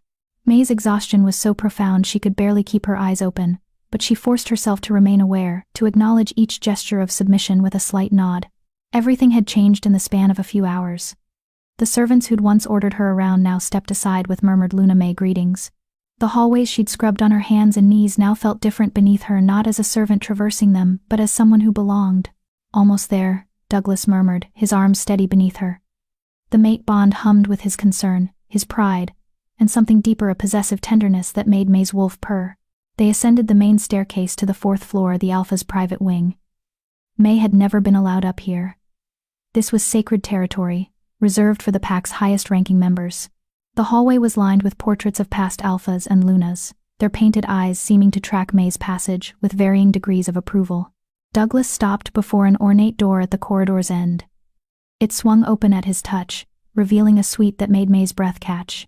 The Alpha's quarters were stunning. Floor-to-ceiling windows overlooked the territory, offering a view of forests and mountains bathed in moonlight. The main living area featured plush furniture arranged around a massive fireplace, where flames danced and crackled. Doors led to what May assumed were a bedroom, bathroom, and office. But what struck her most was how lived-in it felt. Books were stacked on tables, training schedules pinned to a bulletin board, a pair of running shoes kicked off by the door. This wasn't a showpiece, this was Douglas's home. And now, apparently, it was hers too. Douglas set her down gently on the leather couch, then disappeared into the bedroom. He returned moments later with soft pajamas and a concerned expression. "You need food, a shower, and sleep," he said firmly. "In that order, don't argue." May opened her mouth to do exactly that, then closed it. Her body ached in places she didn't know could ache. Her head throbbed with sensory overload, and her stomach was cramping with hunger so intense it made her nauseous. "Food sounds good," she admitted quietly. Douglas pulled out his phone and sent a quick text. "Deanne is already preparing your favorites. She'll bring a tray up in 10 minutes. He sat beside May on the couch, careful not to crowd her. "How are you feeling?" "And I want the truth, not the brave Luna face." May let her head fall back against the cushions, too tired to maintain pretense. "Like I just fought 2 wolves while running on empty. Like my entire world has been turned upside down. Like I'm waiting for someone to tell me this is a dream and I'll wake up back in my basement room still wolfless and worthless." "You were never worthless." Douglas's hand found hers, their fingers intertwining. "And this isn't a dream, May. You're Luna now. This is your home. These are your quarters, ours, if you're willing to share them with me." The implication made May's heart skip. "You want me to live here? With you?" "We're mates," Douglas said simply. "The mate bond will only grow stronger with proximity. Traditionally, Alphas and Lunas share quarters, but..." He paused, his expression carefully neutral. If you need time, if you want your own space, I can arrange rooms nearby. I won't pressure you into anything you're not ready for. May studied him, this powerful alpha who'd turned her life upside down in a single day. He could demand anything from her, could use his alpha authority to command her compliance, but instead, he was offering her choice. I'll stay, May said quietly. But Douglas, I need you to understand something. I've never. She felt her face heat. I've been so focused on survival that I never thought about relationships, romance, intimacy. I don't know how to be someone's mate. Douglas's expression softened. Neither do I. I've been alpha for 12 years, May. 12 years of wolves throwing their daughters at me, trying to secure political alliances through a mate bond. I've never been with anyone because none of them saw me. They saw a title, a position, a path to power. He squeezed her hand. You're the first person who looks at me and sees a person, not a prize. So we'll figure this out together, at whatever pace you need. Before May could respond, a knock sounded at the door. Douglas opened it to reveal Deanne, carrying a tray laden with food: roasted chicken, fresh bread, vegetables, and a massive slice of chocolate cake. For our Luna, Deanne said, her eyes misty as she set the tray on the coffee table. Who survived her first? Gathering like the warrior her mother raised her to be. Thank you, Deanne. May's throat tightened with emotion. For everything. For believing in me when no one else did. For keeping my mother's secrets until I was ready. Hush, child. Deanne cupped May's face in her weathered hands. You don't thank family for loving you. Now eat. You burned more energy tonight than most wolves use in a month. After Deanne left, May devoured the meal with an intensity that would have embarrassed her a day ago. But Douglas just watched with amused approval, occasionally stealing a piece of bread or vegetable from her plate. Your wolf is settling, he observed. I can feel her contentment through our bond. May paused mid-bite, turning her attention inward. He was right. Her wolf, who'd been prowling restlessly since the transformation had finally calmed, curled up contentedly in the back of May's mind. We're safe, her wolf murmured. Mate is strong. Territory is secure. Pack acknowledges us. Finally, we can rest. She's satisfied, May confirmed. Which is strange, considering we just made enemies of half the pack's high-ranking females. You didn't make enemies. Douglas leaned back, his expression thoughtful. You established dominance. There's a difference. Henrietta, Jana, Jacqueline, they'll never challenge you again because you proved you could destroy them but chose mercy instead. That's real power, May. Not the ability to crush opponents, but the wisdom to know when crushing isn't necessary. A comfortable silence settled between them as May finished eating. Through the windows, she could see wolves moving across the territory, patrols conducting their nightly rounds. Young wolves playing near the training grounds. Elderly pack members gathered around outdoor fire pits. Her pack. Her responsibility. The weight of it crashed over her suddenly, stealing her breath. I don't know how to be Luna, May whispered. Tonight was just fighting. But actual leadership? Making decisions that affect 400 wolves? Managing pack resources, resolving disputes, representing Moonstone at interpack councils. She laughed bitterly. I can barely manage my own life, Douglas. How am I supposed to manage theirs? Douglas pulled her against his side, his arm wrapping around her shoulders. You learn. Same way I learned to be alpha. Through trial and error, through asking for help, through accepting that you won't always make the right choice but committing to making the best choice you can with the information available. What if I fail? What if I make a decision that gets wolves killed? Then you'll carry that weight, learn from it, and do better next time. His voice was gentle but firm. Leadership isn't about being perfect, May. It's about being present, being accountable, and being willing to put the pack's needs above your own comfort. And you've been doing that for 7 years, you just didn't have the title yet. May let his words sink in. Let his warmth and certainty seep into her bones. The mate bond pulsed between them. Stronger now than it had been even hours ago. Tell me about being alpha, she said softly. What's it really like? Douglas was quiet for a moment, his fingers absently stroking her arm. Lonely. Until today, profoundly lonely. Every decision I make affects hundreds of lives. Every mistake I make costs the pack. I can't show weakness, can't admit fear, can't let anyone see me struggle because alphas are supposed to be invincible. He laughed without humor. But I'm not invincible. I'm just a wolf doing my best and hoping it's enough. You're more than enough, May said fiercely. This pack is thriving. Your territory is secure. Your wolves respect you.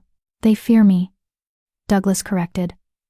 Which is necessary for maintaining order. But respect and fear aren't the same thing, and I've spent 12 years building a reputation that keeps wolves in line through intimidation rather than genuine loyalty. He turned to look at her, his storm cloud eyes intense. That's what you bring to this partnership, May. Balance. You have the compassion and connection with pack members that I lack. Together we can lead them better than either of us could alone. The vulnerability in his admission made May's chest ache. She'd spent so long seeing Douglas as an untouchable force of nature that she'd forgotten he was just as flawed and uncertain as anyone else. I'm going to make so many mistakes, May warned. Good. Then we'll make them together. A yawn caught May off guard, her jaw cracking with the force of it. Douglas chuckled and stood, offering his hand. Shower, then bed. You're dead on your feet. The bathroom was as impressive as the rest of the sweet marble floors, a massive soaking tub, and a shower with multiple heads that looked like something from a luxury spa. Douglas showed her where the towels were kept, provided her with toiletries, and then tactfully retreated to give her privacy. May stood under the hot spray for long minutes, watching 7 years of servant grime and self-doubt wash away down the drain. Her body was covered in small cuts and bruises from the fights, but they were already healing. One advantage of having a wolf was accelerated recovery. When she finally emerged, wrapped in a towel with her hair dripping, she found the bedroom door ajar and soft light spilling out. May hesitated, suddenly uncertain about the sleeping arrangements. You can have the bed, Douglas called from inside. I'll take the couch. May pushed the door open. The bedroom was enormous, dominated by a king-sized bed that looked like it could comfortably sleep 4 people. Douglas stood by the closet, pulling out blankets. Don't be ridiculous, May said before she could lose her nerve. The bed is huge. We can share it without. We don't have to. She felt her face flame. I know what you mean. Douglas's smile was gentle. And I appreciate the offer. But May, you've had an overwhelming day. The last thing you need is the pressure of sharing a bed with a mate you barely know. So I'll take the couch tonight, and we'll revisit sleeping arrangements when you're ready. The consideration in his gesture made May's throat tight. Thank you, she whispered. After Douglas left, May changed into the pajamas he'd provided, soft cotton that smelled like him, pine and steel and safety. She climbed into the massive bed, sinking into sheets that felt like clouds after years of her thin basement mattress. She should have fallen asleep immediately. Her body was exhausted, her wolf content, her new reality finally settling into place. But her mind wouldn't stop churning. Rodney McKee's words haunted her. Your emergence isn't coincidence. Something is coming. Something that will require your power. What had he meant? What could possibly need a Bernard Wolf's power? The territories had been at peace for 3 years. There were no wars brewing, no major threats on the horizon. Unless... A soft knock interrupted her spiraling thoughts. May? Are you awake? Come in, she called. Douglas entered, carrying 2 mugs of tea. Chamomile, he explained, handing her one. Dean said it'll help you sleep. He settled on the edge of the bed, careful to maintain distance. I could hear you thinking from the other room. Want to tell me what's bothering you? May wrapped her hands around the warm mug. What Rodney said. About something coming. Do you think he knows something we don't? Douglas's expression darkened. Rodney McKee is over 80 years old and has connections to packs across the continent. If anyone would have advance warning of trouble, it's him. He paused. There have been rumors. Nothing concrete. But scouts from multiple territories have reported unusual activity at the northern borders. What kind of activity? Rogue wolves gathering in larger numbers than normal. Organized movements rather than random wandering. And, Douglas hesitated, disappearances. Pack members from outlying territories vanishing without trace. A chill ran down May's spine. You think it's connected to my transformation? I think the moon goddess doesn't wake Bernard wolves for no reason. Your bloodline was created to fight threats that ordinary wolves couldn't handle. If your wolf emerged now, it might be because she knew you'd need that power soon. May set down her tea, her hands trembling slightly. So I went from serving meals to potentially fighting some kind of supernatural threat? That's what you're suggesting? I'm suggesting, Douglas said carefully, that we prepare for multiple possibilities, train you in combat, teach you to control your wolf's power, establish alliances with other packs in case we need backup, and most importantly, his hand found hers. I'm suggesting that you're not alone in this. Whatever comes, we face it together. The certainty in his voice steadied her. May squeezed his hand, letting the mate bond's warmth drive back her fear. Together, she agreed softly. Douglas leaned forward and pressed a gentle kiss to her forehead, chaste and respectful, but carrying the promise of deeper connection when she was ready. Get some sleep, Luna. Tomorrow we start your real training. After he left, May finally felt her exhaustion pull her under. Her last conscious thought was of her mother's journal, the words that had changed everything. Trust your mate when he finds you. The moon goddess doesn't make mistakes. For the first time in 23 years, May believed it. She wasn't broken. She wasn't cursed. She wasn't a mistake. She was exactly what she was always meant to be. And whatever was coming, whatever threat had prompted her wolf to finally emerge, she would be ready. Because she was May Bernard, descendant of the first wolves, Luna of Moonstone Pack. And her story was only beginning. Chapter 7. The Luna's Training.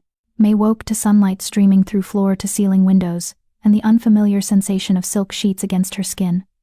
For a disorienting moment, she forgot where she was, then memory crashed back in a wave. The transformation. The gathering. The fights. She was Luna now. The thought still felt surreal. May sat up, wincing as muscles she didn't know she had protested the movement. Her body ached from yesterday's battles, but underneath the soreness, she felt different, stronger, more solid, as if her wolf's presence had fundamentally changed her physical structure. Good morning, her wolf rumbled, stretching lazily in the back of May's mind, ready to learn how to actually use this body. I fought 2 wolves yesterday and won, May thought back defensively. You won because they were overconfident, and I have good instincts. But real training? Against opponents who know what they're doing? You need to learn. Or you'll get us killed. The bedroom door opened, and Douglas entered carrying a tray laden with breakfast scrambled eggs, bacon, fresh fruit, and coffee that smelled like heaven. You're awake, he said, his smile transforming his harsh features. I thought I'd have to physically drag you out of bed. May glanced at the clock on the nightstand. 7:30 in the morning. Is that late for pack schedules? Not particularly, but we have a full day planned, and I wanted to make sure you ate properly first. He set the tray on the bed, then settled beside her, with easy familiarity. How are you feeling? Sore, overwhelmed, like I'm still waiting for someone to tell me yesterday was a fever dream. Douglas's hand found hers, the mate bond sparking at the contact. Very real, and about to get more intense. Today, we start your formal Luna training, combat instruction with Terrence, pack management with Raphael, and diplomatic protocol with Evan, plus. He paused. I want you to meet with some of the Omega Wolves this afternoon. Build relationships with pack members who've been overlooked. Show them their Luna sees them. May's chest tightened. The Omegas, the wolves I used to work beside, who now need to learn you're their Luna, not their peer. It's going to be awkward, May. Some of them will resent your rise. Others will feel abandoned. You need to navigate those relationships carefully. The weight of responsibility pressed down on May's shoulders. She'd been Luna for less than 24 hours and already the complications were piling up. Eat, Douglas commanded gently. You can't lead on an empty stomach. They ate together in companionable silence, the morning sun painting the room in gold and amber. Through the windows, May could see wolves moving across the territory, morning patrols, training sessions, pack members starting their daily routines. Her pack, her responsibility. After breakfast, Douglas led her to a private training room in the pack house's basement, not the dank, mildew-smelling basement where she'd lived, but a reinforced facility designed for high-level combat training. Padded mats covered the floor, weapons lined the walls, and the space was large enough for wolves to shift and spar comfortably. Terrence waited for them, wearing training gear and an expression of businesslike focus. Luna May, ready to learn how to fight like you mean it? May bristled at the implication. I won both challenges yesterday. Against she-wolves who underestimated you and had minimal combat experience, Terrence interrupted, not unkindly. Jana Powers is a tournament fighter, yes, but tournaments have rules. Real threats don't. And Jacqueline Mullins is fast, but she's never faced life or death combat. He began wrapping his hands with training tape. I'm going to teach you how to fight wolves who are bigger, stronger, more experienced, and absolutely committed to killing you. Because if the rumors about rogue activity are true, that's what's coming. Douglas squeezed May's shoulder. I'll be back in 2 hours. Listen to Terrence.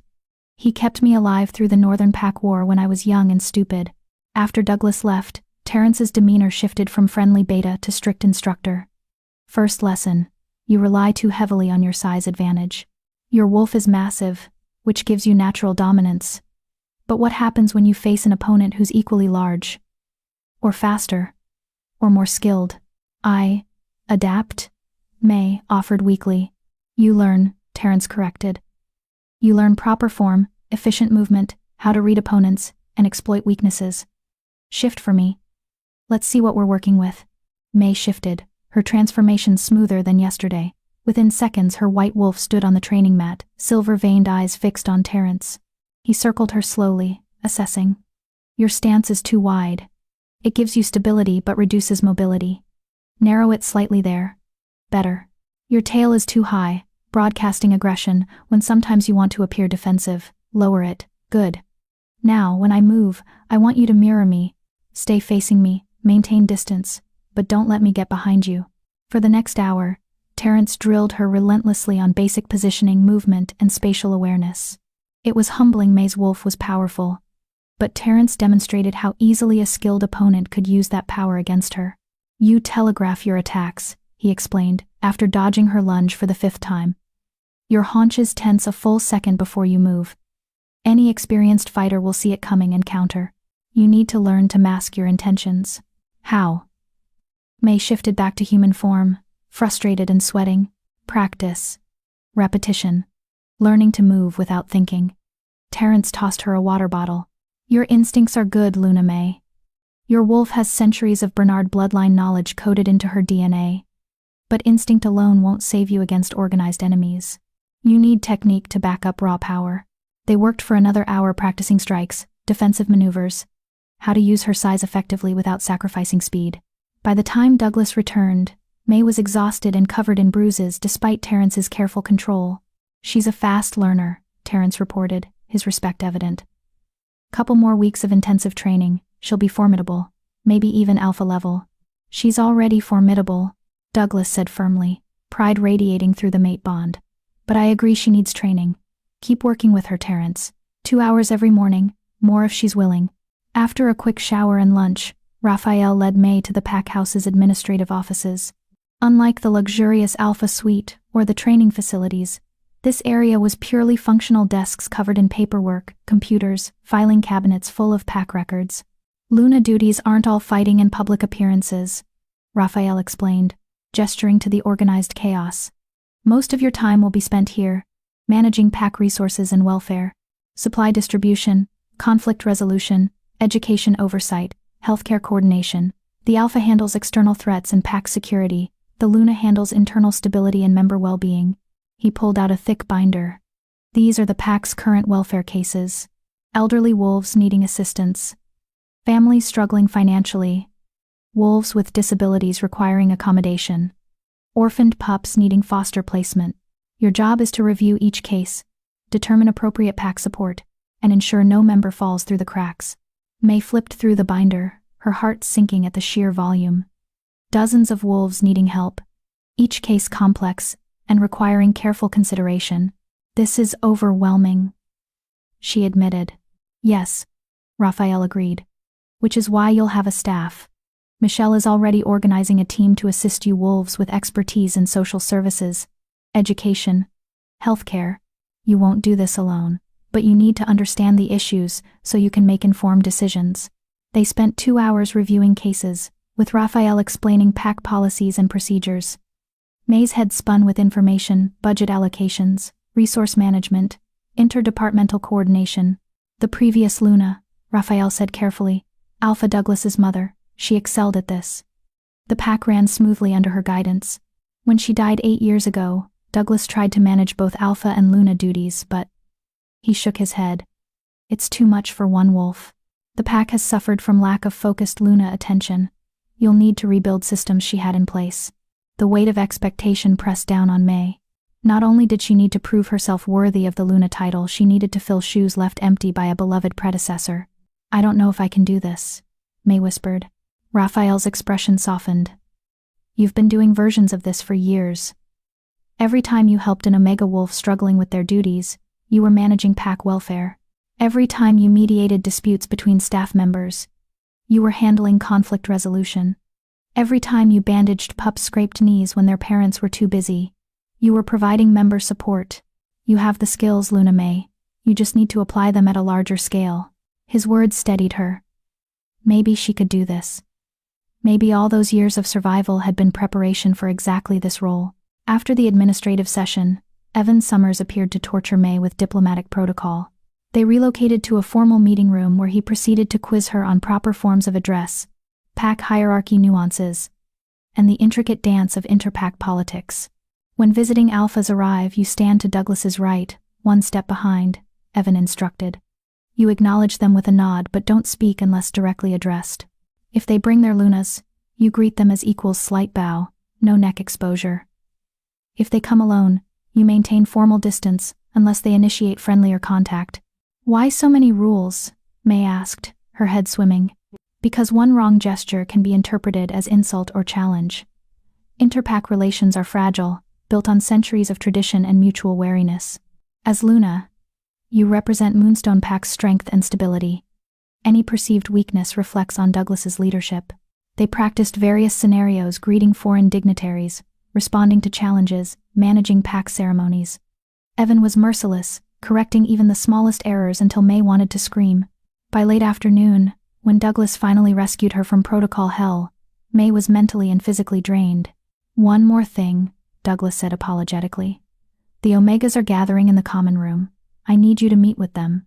May's stomach clenched. The Omegas, the wolves she'd worked beside for 7 years. Wolves who'd shared meals with her. Complained about their duties, treated her as one of them. How would they react to her sudden elevation? The Omega common room was located on the pack house's ground floor, a large, comfortable space with worn furniture and walls covered in pack photos. About 30 wolves occupied the room, their conversation dying as May entered. She recognized every face. Deanne, of course, her weathered features warm with pride. But also, Jimmy Hunter, the groundskeeper who'd taught May about native plants. Frida Clay, the elderly she-wolf who managed laundry and had slipped May extra blankets during cold winters. Doug Mercer, the Omega male who defended May from harassment more than once. They all stared at her now with expressions ranging from joy to confusion to barely concealed resentment. May took a breath and stepped forward. I know this is strange. Yesterday I was one of you. Today I'm your Luna. And I want to be clear about something. I haven't forgotten where I came from. I haven't forgotten the wolves who showed me kindness when no one else did. And I won't abandon you now that I have power. Silence greeted her words. Then Frida stood, her aged body trembling. With respect, Luna May, how do we know that's true? How do we know you won't become like the other high-ranking wolves, treating us as invisible? The question hung in the air, challenging and raw. May met Frida's eyes. You don't know. I can make promises. But words are cheap. So instead, I'll show you. Starting today, Omega working conditions improve. Dean, you're officially head of household operations with authority to hire additional staff and increase wages. Jimmy, the territory maintenance budget triples. You'll finally get the equipment you've been requesting for years. Frida, you're retiring on full pack pension, and we're throwing you the celebration you deserve after 50 years of service. Gasps rippled through the room. But Luna May, Deanne protested. The Pack Council will never approve those budget increases. The Pack Council answers to me, May interrupted firmly.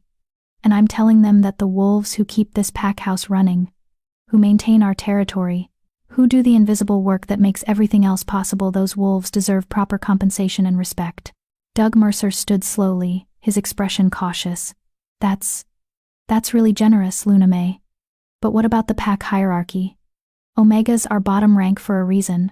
We're not fighters or leaders, we're essential, May said forcefully. You're essential. And any pack that doesn't recognize that is weak. Moonstone Pack will be stronger when every wolf, regardless of rank, feels valued and supported. She looked around the room, meeting each wolf's eyes. I'm not asking you to forget I was one of you. I'm asking you to trust that I remember, and that I'll use my position to make sure no Omega ever feels as worthless as I was made to feel. The room erupted in emotion, some wolves cheering, others crying, a few still skeptical but visibly moved. Deanne crossed the room, and pulled May into a fierce embrace. "Your mother would be so proud," she whispered. After the Omega meeting, Douglas found May sitting alone in the Alpha Suite's living room, staring out at the darkening territory. "That was well done," he said quietly, settling beside her. "The Omegas have been neglected for too long. Your mother used to prioritize them. She understood that pack strength comes from every member, not just the warriors." "I made big promises," May said. "Can I actually deliver? Will the Pack Council approve those budget changes?" "The Pack Council will approve whatever I tell them to approve, and I'm telling them to support your initiatives." Douglas's arm wrapped around her shoulders. "You're thinking like a Luna already, May. Identifying problems and implementing solutions. That's what leadership is." May leaned into his warmth, exhaustion finally catching up with her. "This is so much harder than I expected. Fighting is simple, you win or lose. But this?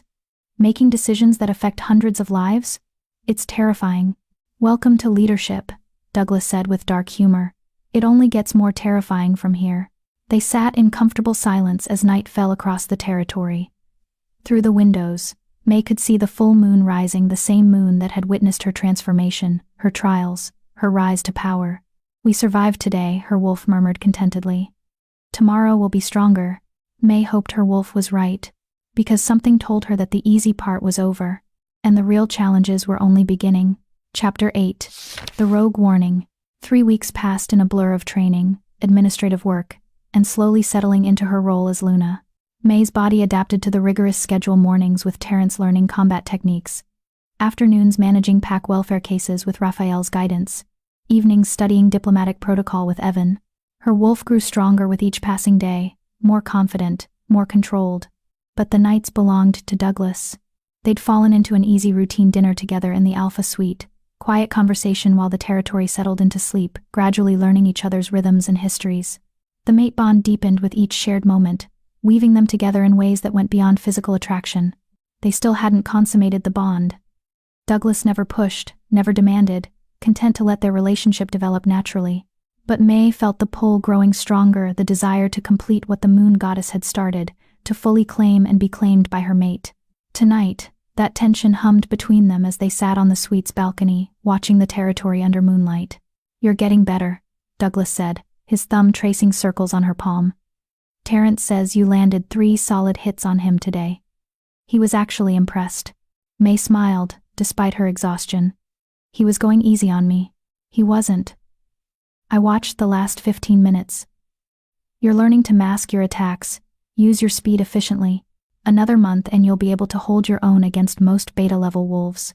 The pride in his voice made May's chest warm. She'd never imagined being described as a capable fighter, had spent her entire life believing physical combat was beyond her capabilities. "Douglas," May said carefully, "what happens if the rogue situation escalates? If Rodney McKee's warnings come true and we face real threats?" Douglas's expression darkened. "Then we fight. Together. The visiting alphas have agreed to a mutual defense pact. If one territory is attacked, the others respond." "But..." He hesitated. "But what?" "But traditional rogue attacks don't explain why a Bernard wolf would need to emerge. Your bloodline was created to fight supernatural threats, May. Things that ordinary wolves can't handle. Demons, dark magic. Creatures from the old stories. If your wolf woke up now, it suggests we're facing something worse than just organized rogues." A chill ran down May's spine. "You think there's something supernatural involved?" "I think we should be prepared for anything." Before May could respond, her wolf suddenly surged forward with a growl of warning. At the same moment, Douglas's entire body went rigid, his eyes flashing gold. "Something's wrong," they said in unison. Douglas's phone erupted with alerts. He answered Terrence's call on the first ring. "Report." Through the phone, May could hear shouting, growls, and the unmistakable sounds of combat. "Alpha, we have a situation at the eastern border. A rogue wolf crossed into our territory, but Douglas, it's not normal. This wolf is wrong. Corrupted somehow. It attacked the patrol without provocation, and when they tried to subdue it, a scream cut through the phone connection, followed by Terrence's curse. It just killed Christopher Wagner, tore his throat out before anyone could react. This thing moves like nothing I've ever seen. We need backup, now." Douglas was already moving, stripping off his shirt as he ran for the door. May followed without thought, her wolf demanding they protect their pack. "Stay here," Douglas commanded, his alpha authority crackling in his voice. May's wolf snarled in defiance. "Like hell. That's my pack too, my responsibility." Douglas stopped, turning to face her. For a moment, she thought he'd argue, use his alpha will to force her compliance. But then his expression shifted to something fierce and proud. Then shift. "We run together." They transformed in the hallway, their wolves emerging in fluid movements. Douglas's wolf was massive and dark, all coiled power and lethal grace. Beside him, May's white wolf looked like moonlight given solid form. "Follow me," Douglas's wolf commanded through their mate bond. "Stay close. Don't engage until I assess the threat." They burst from the pack house at full speed, racing across the territory toward the eastern border.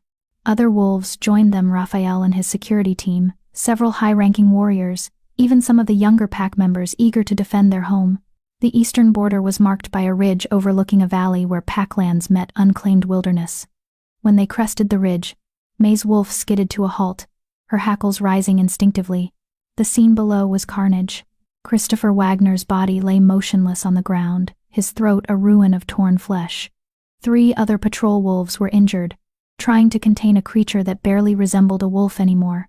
The rogue was male, massive and covered in matted black fur. But something was fundamentally wrong with it. Its eyes glowed with sickly red light instead of natural wolf gold. Black veins spider-webbed across its exposed skin like infection. And its movements, they were too fast, too jerky, like a puppet being manipulated by unskilled hands. "That's not just a rogue," May's wolf whispered, her ancient instincts screaming danger. "That's been corrupted. Twisted by dark magic." Douglas's wolf approached cautiously, his dominance rolling off him in waves. The corrupted wolf should have recognized superior authority and submitted, but instead, it turned those red eyes toward Douglas and laughed a sound no wolf throat should be capable of making. "Alpha Douglas," the thing spoke, its voice distorted and multitonal. "The Bernard wolf has awakened. How? Predictable. My master will be pleased." Douglas's wolf snarled, fangs bared. "Who is your master?" "Someone who remembers the old ways. Someone who knows what the Bernard bloodline truly is." Those red eyes shifted to May.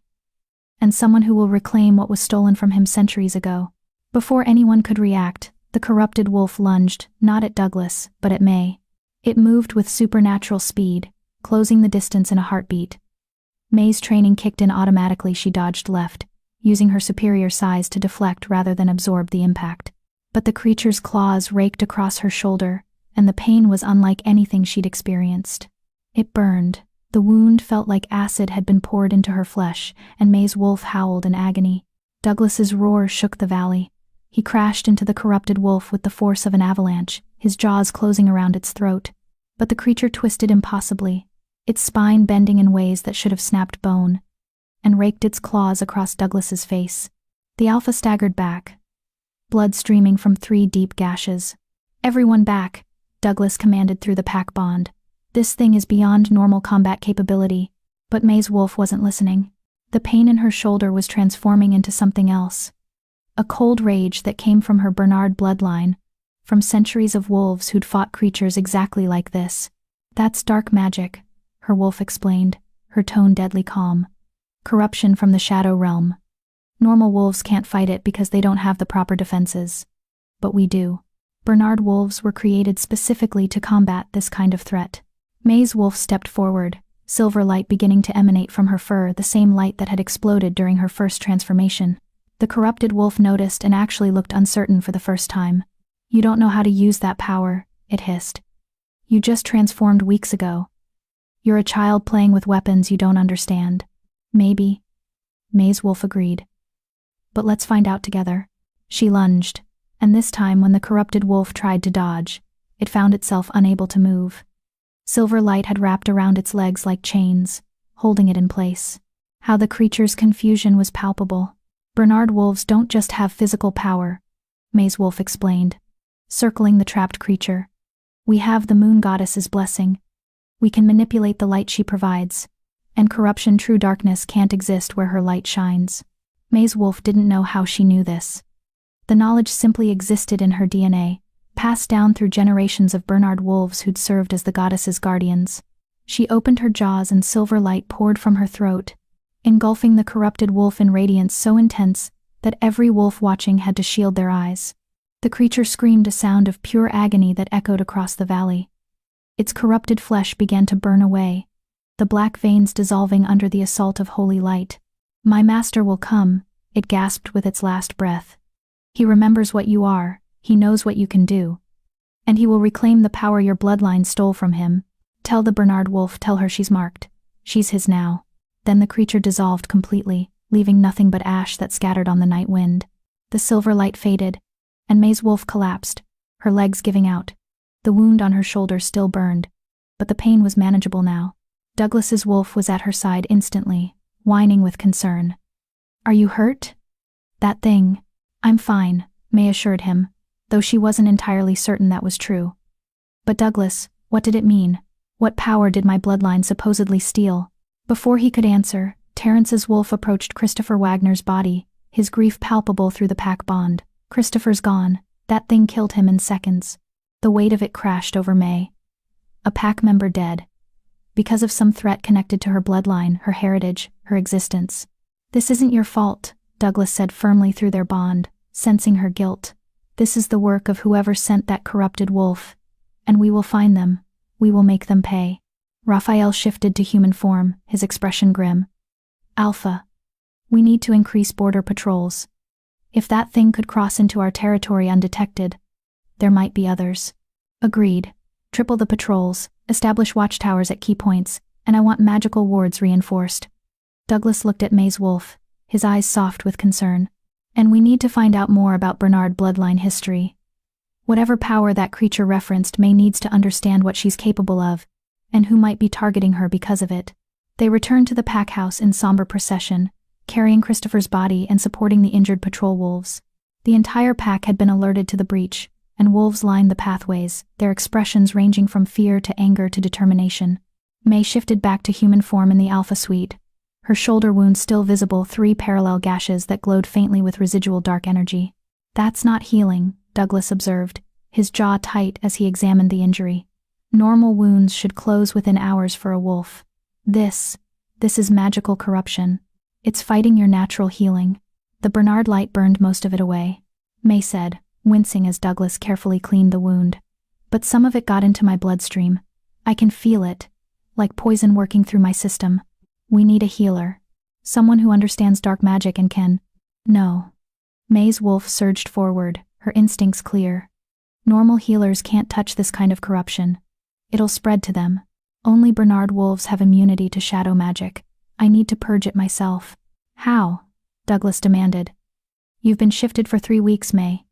You can't possibly know." "My wolf knows." May closed her eyes, turning her attention inward. Her wolf was right, the knowledge was there, coded into her DNA like instinct. "I need to meditate, channel the moon goddess's light through my body, and burn out the corruption from the inside. That sounds incredibly dangerous. So is letting dark magic fester in my bloodstream." May met his eyes, seeing her own fear reflected back. "Trust me, Douglas. Trust that my wolf knows what she's doing." He wanted to argue she could see it in the tension of his jaw, the tightness around his eyes. But finally, he nodded. "Fine. But I'm staying with you. If something goes wrong, you'll know through the mate bond," May finished. "And you can pull me back if necessary."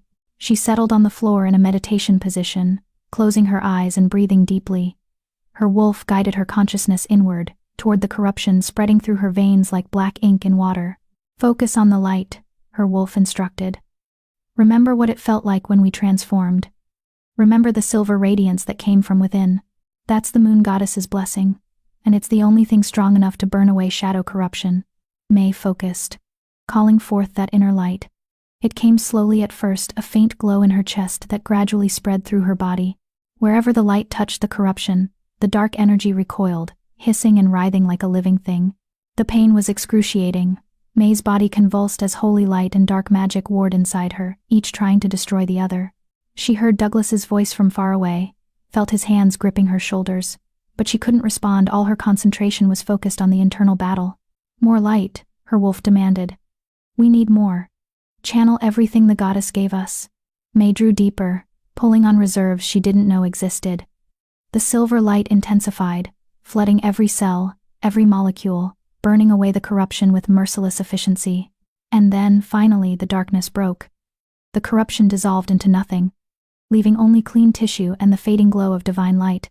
May opened her eyes to find Douglas cradling her, his face streaked with tears she'd never thought to see on an alpha. "Don't ever do that again," he said hoarsely. "You stopped breathing for 30 seconds. I thought I'd lost you." "I'm okay," May whispered, though her body felt like she'd been hit by a truck. "The corruption is gone. I'm okay." Douglas pulled her against his chest, his heart hammering against her ear. "We need answers. We need to know what that creature meant about your bloodline stealing power. Because May," his voice cracked, "because whoever sent that thing knows exactly what you are. And they're coming for you." May closed her eyes, exhaustion pulling at her consciousness. But even as sleep claimed her, one thought echoed through her mind. The real fight hadn't even started yet, and when it did, she needed to be ready. Chapter 9. The Ancient Truth. May woke to find herself in bed with Douglas curved protectively around her, his arm draped across her waist. Sunlight streamed through the windows, suggesting she'd slept through the night, and well into the morning. Her shoulder ached, but the wound had finally closed, leaving 3 pale scars that looked years old rather than hours. Douglas stirred as she moved, his eyes opening immediately, and Alpha's reflexes never fully at rest. "How do you feel?" "Like I went 10 rounds with a supernatural nightmare." May touched the scars gingerly. "But alive. The corruption is gone." Douglas's hand covered hers, his expression haunted. "You stopped breathing, May. Your heart stopped for several seconds. I felt you dying through the mate bond, and there was nothing I could do except watch and pray to the moon goddess that you'd come back." The raw vulnerability in his admission made May's chest ache. She turned in his arms, facing him fully. "I'm sorry. I didn't realize it would be that intense. But Douglas, we learned something important. I can purge shadow corruption. If other wolves get infected, I can help them. At the cost of nearly dying yourself? Not acceptable." His jaw clenched. "We need to find another way. We need to understand what we're facing and why your bloodline is specifically targeted." A knock at the door interrupted them. Terrence's voice came through, apologetic but urgent. "Alpha. Luna, you need to see this. Now." They dressed quickly and found Terrence waiting in the living area, with a leather-bound book that looked ancient enough to crumble at a touch. Deanne stood beside him, her expression grave. "After last night," Deanne began without preamble, "I went digging through storage. Found this in a trunk that belonged to May's mother, one of the few possessions Karen brought with her when she transferred here. It's a Bernard family history, dating back centuries." She handed the book to May with trembling hands. The leather cover was embossed with the same white wolf symbol that decorated May's Luna dress. When May opened it, the pages crackled with age, the ink faded but still legible. Douglas rayed over her shoulder as May found the relevant passage. "The Bernard bloodline was not always blessed. Once, we were ordinary wolves, powerful. Yes, but no different from any other alpha lineage. But in the year 1247, when darkness threatened to consume all wolf kind, our ancestor Helena Bernard made a bargain with the moon goddess herself. The Shadow King, an entity of pure corruption from the void between worlds, had begun spreading his influence across the territories. His power turned wolves into mindless servants, corrupted their very souls, and threatened to extinguish the light the goddess had given her children. Helena offered herself as the goddess's champion. In exchange for the power to fight the Shadow King, she agreed to bear a curse that all Bernard descendants would be born without their wolves, that they would have to earn their transformations through suffering and strength, that their power would come at great personal cost. The goddess accepted the bargain. She blessed Helena with divine light, the very essence of her own power, making Helena immune to corruption and capable of destroying shadow-touched creatures. Helena led the wolf armies against the Shadow King, and, after a battle that lasted 3 days and 3 nights, she sealed him away in the void. But the Shadow King swore vengeance. He cursed the Bernard line, promising that he would one day return and reclaim the power Helena had been granted, that he would corrupt every Bernard descendant and use their divine light for his own purposes. For 700 years, the Bernard line has stood vigilant. We bear our curse with pride, knowing that our suffering purchases the safety of all wolves. We are the goddess's guardians, the first and last defense against darkness itself." May's hands shook as she closed the book. "The Shadow King, that's what the creature meant. He's coming back, and he wants the power my ancestors stole from him." "Not stole," Douglas corrected firmly. Helena saved the entire wolf world. She sacrificed herself and all her descendants to protect everyone else. That's not theft, that's heroism. But now he's awakened, Terence said grimly. And somehow he knows May exists, knows she's transformed. Which means he's been watching, Raphael said, appearing in the doorway with Michelle beside him, waiting for a Bernard wolf to emerge so he could make his move. Michelle stepped forward, her expression troubled. I've been researching historical records at Alpha Douglas's request. There are patterns. Every time a Bernard wolf transforms, strange events follow. Corrupted wolves appearing, shadows moving independently of their sources, pack members vanishing without trace. She pulled out a tablet showing compiled data. The last documented Bernard transformation was May's mother, Karen, 33 years ago.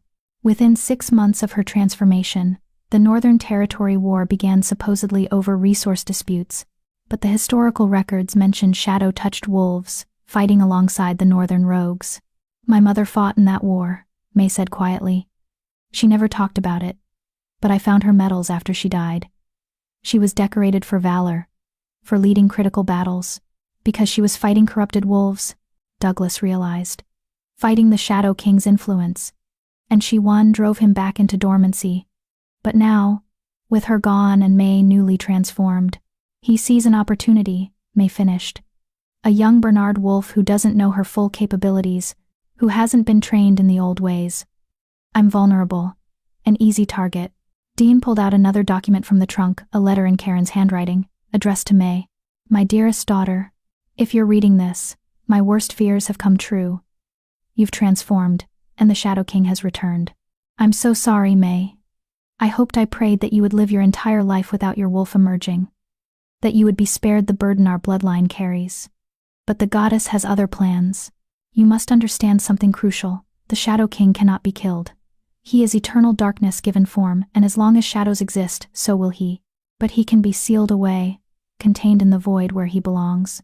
The key to sealing him lies in 3 sacred sites scattered across the territories, places where the moon goddess's power is strongest. If a Bernard wolf can reach all 3 sites and activate the ancient wards, the Shadow King will be forced back into imprisonment for another generation. But May, you cannot do this alone.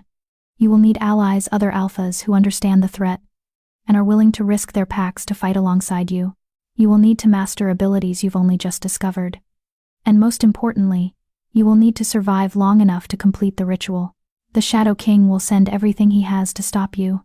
Corrupted wolves, shadow creatures, perhaps even possessed pack members who don't realize they're being controlled. Trust no one except your mate. The mate bond is divine, uncorruptible. Let your alpha guide and protect you. I wish I could be there to help. To train you in the old ways, to stand beside you in battle. But if you're reading this, I'm gone. So instead, I'll tell you what my mother told me. Bernard wolves are not cursed. We are blessed. Blessed with the ability to stand between darkness and light. Blessed with the strength to protect those who cannot protect themselves. Blessed with the privilege of serving something greater than ourselves. Be brave, my love. Be strong. And know that every Bernard woman who came before you is watching, cheering, lending you their strength across the veil. You are not alone. You have never been alone. All my love, Mom. Tears streamed down May's face as she finished reading. Her mother had known this day would come, had tried to prepare May as best she could from beyond death. Douglas's arm wrapped around her shoulders, his presence steady and grounding. 3 sacred sites. We need to identify them and create a plan to reach them safely. The Moonstone Ridge, Dean said immediately. Where the pack was founded 400 years ago. That's one, I'm certain of it. The ridge has always had unusual properties. Wounds heal faster there, wolves feel stronger. Corruption can't take root. Raphael nodded slowly. The Silverfall Caverns in Eastern Territory. Alpha Corey mentioned them when he visited, said they're considered holy ground, that shadow creatures won't approach within a mile of the entrance. And the Celestial Grove in Coastal Territory, Michelle added. Alpha Rodney's pack considers it their most sacred site. Legend says the moon goddess herself walked there during the first full moon after creation. 3 sites across 3 territories, Douglas said grimly. Which means we'll need permission from the other alphas to access them. And we'll need to transport May safely across hostile territory while the Shadow King's forces try to stop us. It's suicide, Terence said bluntly. Even with alpha cooperation, moving Luna May through that much open ground. She'll be a target every step of the way. Then we make her a moving fortress, Raphael countered. Full security detail. Magical wards. Constant patrol coverage. We turn this into a military operation. How long do we have? May asked, finding her voice finally. Before the Shadow King's influence becomes too strong to contain? Dian's expression was grave. According to the family histories, once a Bernard wolf transforms, the Shadow King has approximately 6 months to either corrupt or kill her before the goddess's blessing fully manifests.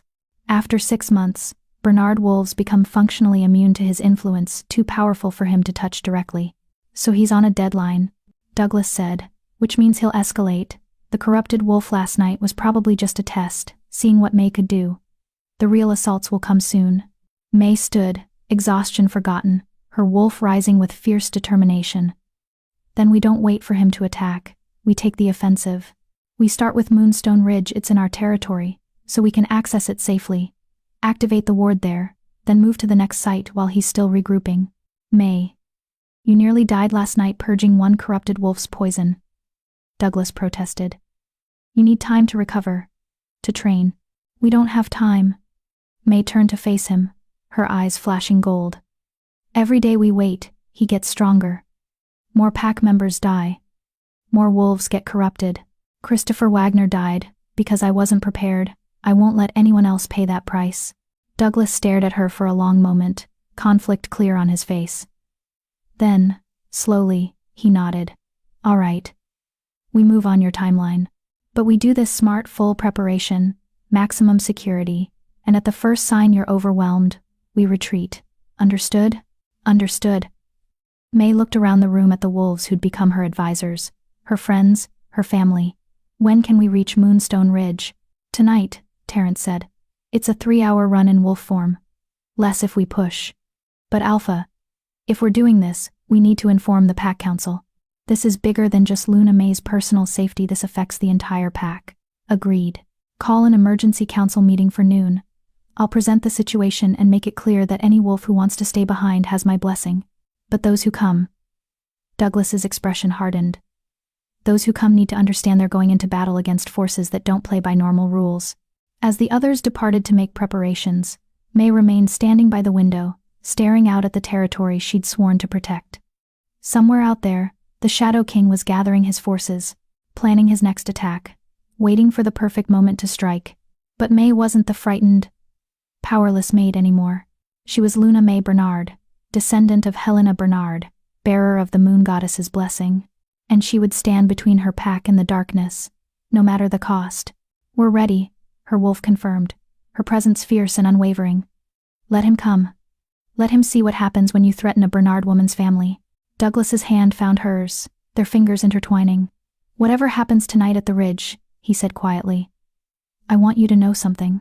Finding you, my mate, my Luna, my equal, it's the greatest gift the moon goddess has ever given me. And I will stand beside you against any threat, face any danger, survive any trial. Because you're not alone in this fight, May. You will never be alone again. May squeezed his hand, the mate bond thrumming with shared determination and something deeper, something that felt dangerously close to love. Together, she said softly. Always, Douglas promised. And as they stood there, united against the gathering storm, May felt something shift in the universe. A recognition from the moon goddess herself that her guardian had finally awakened. The real battle was about to begin. But for the first time in her life, May Bernard wasn't afraid. She was ready. Chapter 10. The Moonstone Ritual. The Pack Council meeting was tense and charged with an energy that made May's wolf pace restlessly. 12 council members sat around the ancient oak table in the pack house's formal meeting chamber, powerful wolves who'd served Moonstone Pack for decades, their expressions ranging from skeptical to outright hostile.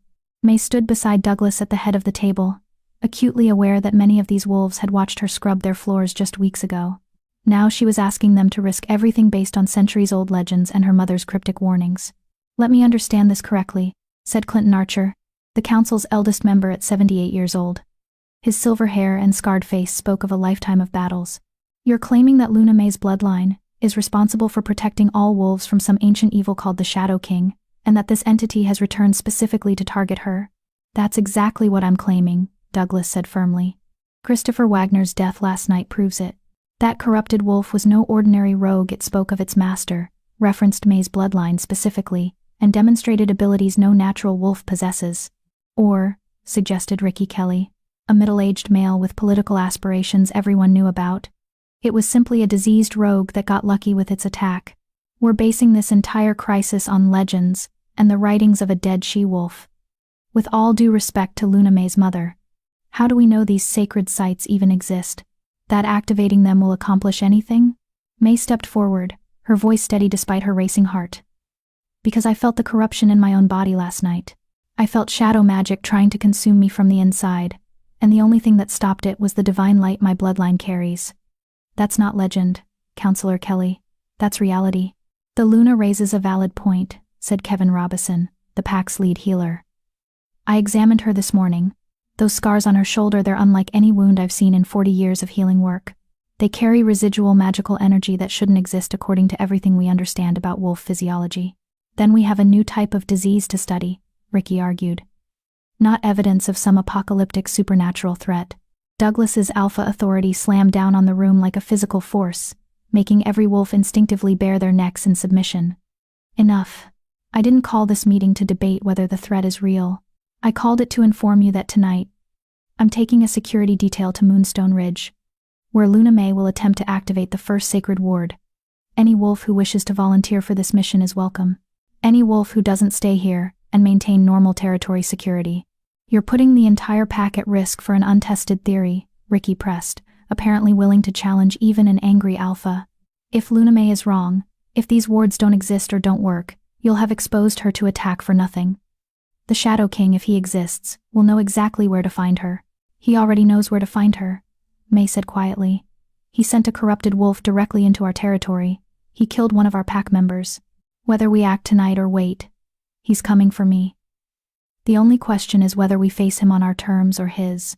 Silence fell over the council chamber as her words sank in. Finally, Clinton Archer stood, his aged body straightening with warrior's pride. Luna May speaks truth. If this threat exists, waiting only gives it time to grow stronger. If it doesn't exist, we've wasted one night investigating. I'll volunteer for the security detail. As will I, Kevin added. If there's even a chance Luna May is right, we owe it to Christopher Wagner's memory to try. One by one, other council members volunteered, some with enthusiasm, others with reluctant acceptance. Only Ricky Kelly remained seated, his expression sour. You're making a mistake, he said. And when this fails, when we've lost more pack members chasing fairy tales, remember that I warned you. Douglas's eyes flashed dangerously. Noted. Now get out. You've made your position clear, and you're not welcome on this mission. After the meeting dissolved, preparations moved with military efficiency. Terrence organized a security detail of 20 wolves, the pack's most skilled fighters, including several who'd served in the Northern Territory War alongside May's mother. Raphael coordinated with the scouts, establishing a perimeter around Moonstone Ridge, and setting up early warning systems in case corrupted wolves attempted to interfere. Michelle worked with the pack's few magic users to create protective wards not as powerful as what May's bloodline could supposedly generate, but enough to provide some defense against shadow corruption. And Deanne pulled May aside as the sun began its descent toward the horizon, pressing a small silver pendant into her hands. This belonged to your mother, Deanne said, her voice thick with emotion. She wore it during every battle, every challenge, every moment when she needed to remember who she was and what she fought for.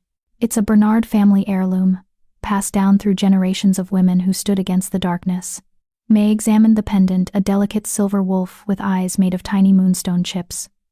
When she held it, warmth spread through her palm, and her wolf hummed with recognition.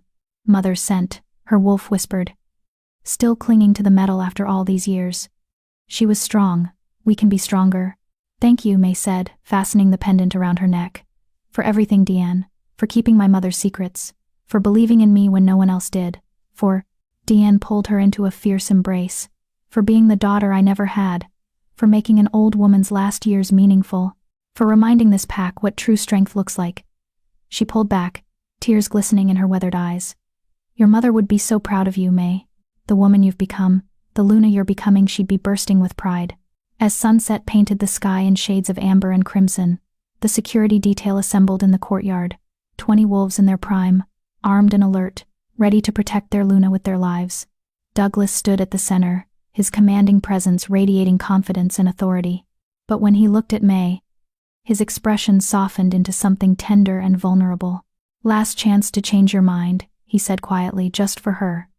We can wait, gather more information, train you further." "We can't wait," May interrupted gently. "You know we can't. Every day the Shadow King grows stronger, more wolves get corrupted, more pack members die. This has to happen tonight." Douglas cupped her face in his hands, his thumb brushing across her cheekbone. "Then, promise me something. If it gets too dangerous, if you're overwhelmed, you'll let me pull you out. Promise me you won't sacrifice yourself trying to be a hero." "I promise to be smart," May said carefully. "To listen to my instincts and retreat if necessary. But Douglas, I also promise to do whatever it takes to protect this pack, even if that means taking risks you're not comfortable with." He wanted to argue, she could see it in the tension of his jaw, the tightness around his eyes. But finally, he nodded and pressed a kiss to her forehead. "Then let's go activate a sacred ward and show the Shadow King what happens when he threatens a Bernard woman."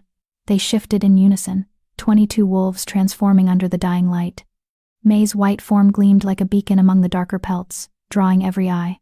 Some wolves looked at her with awe, others with uncertainty, but all with a respect that had been earned through blood and courage. "Stay in formation," Douglas commanded through the pack bond. Luna May, at the center, security detail surrounding her in concentric circles. "Move fast, but stay alert. If anyone senses corruption or shadow presence, report immediately." They ran. The territory blurred past as 22 wolves moved as one coordinated unit. May had never experienced pack running like this. The synchronization of movement, the shared awareness through the pack bond, the sense of being part of something larger than herself. This was what it meant to be Luna. Not just fighting for the pack, but running with them, breathing with them, being so fundamentally connected that individual identity blurred into collective purpose. Moonstone Ridge rose in the distance, a natural formation of silvery gray stone that caught and reflected moonlight in ways that seemed almost magical. The ridge stretched for nearly a mile, its highest point crowned with an ancient stone circle that predated the pack's founding. As they approached, May's wolf felt something. A pull, like invisible strings drawing her toward the summit. Her mother's pendant grew warm against her chest, humming with energy. "The sacred site," her wolf confirmed. "I can feel the goddess's presence here. This is where we need to be." They climbed the ridge in tight formation, every wolf alert for threats. The moon had risen now, full and brilliant, bathing the stone circle in silver radiance. When they reached the summit, May shifted back to human form. Douglas shifted beside her, along with Terence and Raphael, while the other wolves maintained their guard positions. The stone circle consisted of 12 massive standing stones, arranged in a perfect ring. Each stone was carved with symbols. May didn't recognize ancient pack language. Maybe. Or something older. In the circle's center stood a flat altar stone, its surface worn smooth by centuries of weather and use. "What do you need to do?" Douglas asked quietly. May closed her eyes, reaching for the knowledge coded in her DNA. Her wolf guided her consciousness, pulling up memories that belonged to ancestors long dead. "I need to stand in the center," May said, opening her eyes. "Place my hands on the altar, and channel the divine light, let it flow through me into the stone, into the earth, into the wards that were placed here centuries ago. The light will activate dormant protections and create a barrier that shadow corruption can't cross." "How long will it take?" "I don't know. The memories are fragmented. Could be minutes, could be hours." "Then we hold as long as necessary," Terence said firmly. May walked to the altar. Every step, feeling momentous. When she placed her hands on the cool stone, power surged through her, the accumulated energy of 700 years of Bernard women who'd stood in this exact spot, renewing the wards, maintaining the barriers between light and darkness. She could feel them. Helena Bernard, the first. Karen Bernard, her mother. Dozens of others whose names had been lost to time but whose strength remained, embedded in the very stones beneath her feet. "We're with you," they whispered across the veil. "Channel our power. Complete what we started." May called forth her light. It came easier now than it had during the corruption purge, a silver radiance that poured from her hands into the altar stone. The stone began to glow, its surface lighting up with the same ancient symbols carved into the standing stones. Then those stones began to glow too, one by one, until the entire circle blazed with silver light. And that's when the Shadow King's forces attacked. They came from the darkness beyond the ridge, not individual corrupted wolves, but dozens of them. Shadow creatures that were barely wolf-shaped anymore. Their forms twisted and wrong. Their eyes glowing with that sickly red light. Defensive positions, Douglas roared, his alpha authority cutting through the pack bond. Do not let them reach Luna May. The security detail met the assault with coordinated ferocity. 20 wolves against at least 50 corrupted creatures, impossible odds by any conventional measure. But these weren't conventional wolves. These were Moonstone Pack's finest, fighting to protect their Luna, their territory, their very way of life.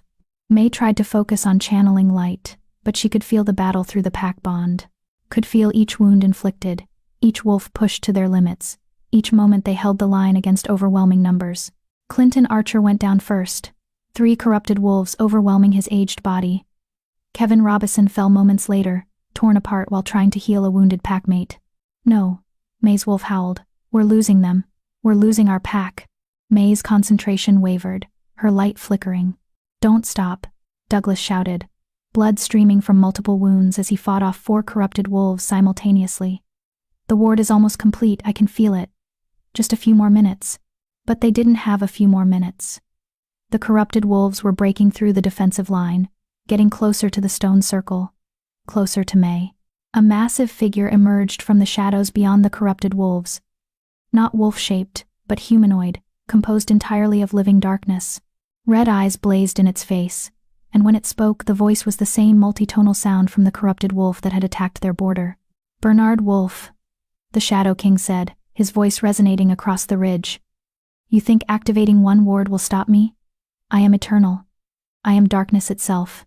And you are a child playing with power you don't understand. He gestured, and the corrupted wolves surged forward with renewed frenzy. The defensive line collapsed. Wolves went down screaming. Blood stained the sacred stones. And May felt something break inside her. These were her wolves, her pack, her responsibility, and she was going to let them die, because she wasn't strong enough, wasn't fast enough, wasn't enough. No. Her mother's voice, clear as if Karen Bernard stood beside her. You are enough. You have always been enough. Stop holding back, May. Stop being afraid of your own power. Let it all out. May's eyes snapped open, blazing with pure silver light. She'd been channeling her power into the ward, trying to activate ancient protections, but that wasn't enough anymore. The Shadow King had forced her hand, so instead of carefully, precisely activating one ward, May released everything. Every ounce of divine light the moon goddess had blessed her with, every bit of power accumulated through 23 years of suffering, every fragment of strength inherited from 700 years of Bernard women. She released it all in one catastrophic burst. The explosion of light was visible for miles. Silver radiance erupted from May's body like a newborn sun, flooding the stone circle, the ridge, the entire surrounding territory. It swept over the defensive line, over the wounded wolves, over Douglas who'd been fighting 3 corrupted wolves simultaneously. And where the light touched corruption, darkness simply ceased to exist. The corrupted wolves dissolved like mist under harsh sunlight, their twisted forms burning away without even ash remaining.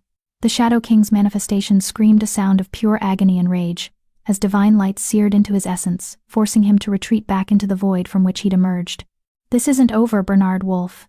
His voice echoed as his form dissipated. I will return.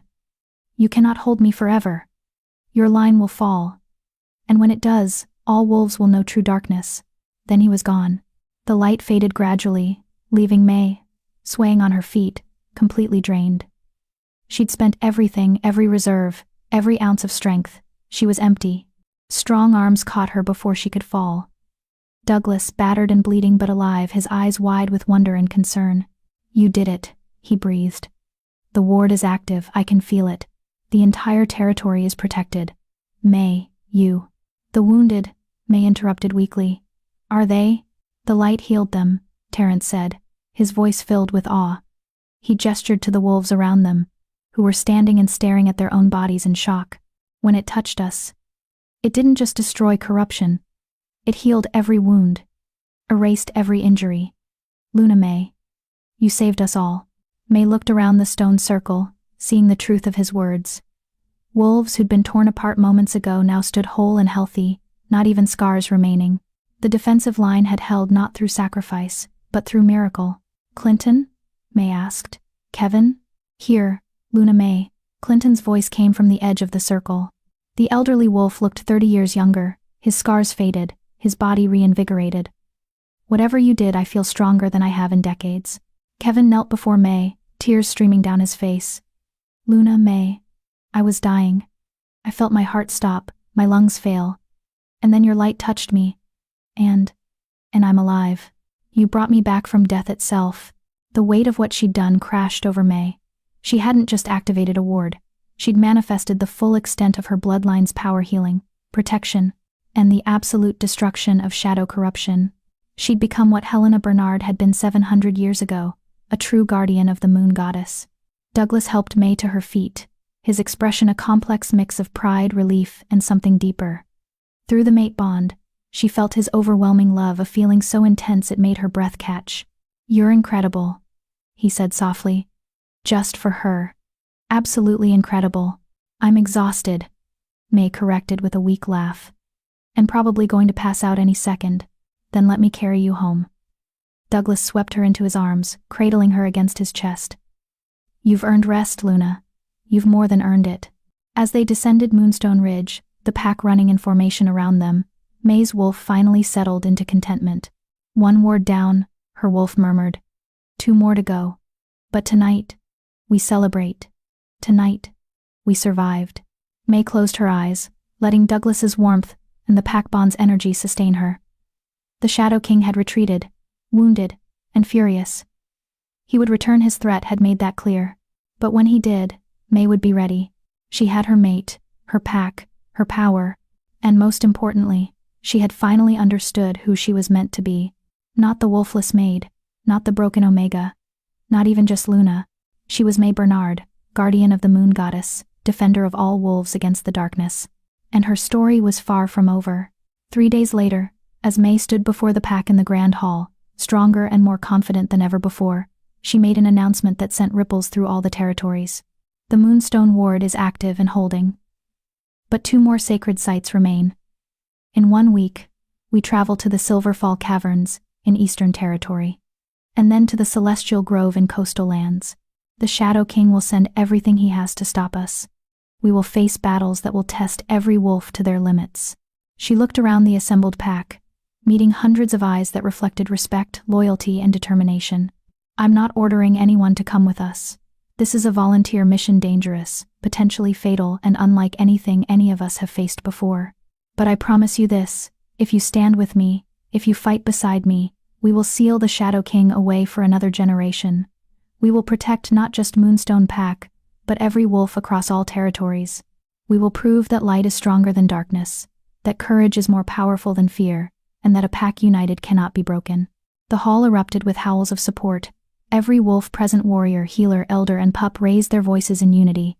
Douglas stepped beside her, his hand finding hers, their fingers intertwining. "For Moonstone Pack. For Luna May." The pack roared back. "For all wolves." May finished, her voice carrying authority she'd never imagined possessing.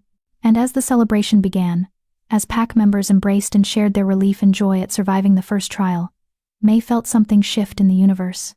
The moon goddess's attention, focusing on her chosen guardian with approval and blessing. 2 more wards to activate. 2 more battles to survive. 2 more chances to prove that May Bernard was everything her bloodline had promised she'd be. The Shadow King thought he'd return and destroy her. He had no idea what was coming, because May wasn't just a Bernard wolf anymore.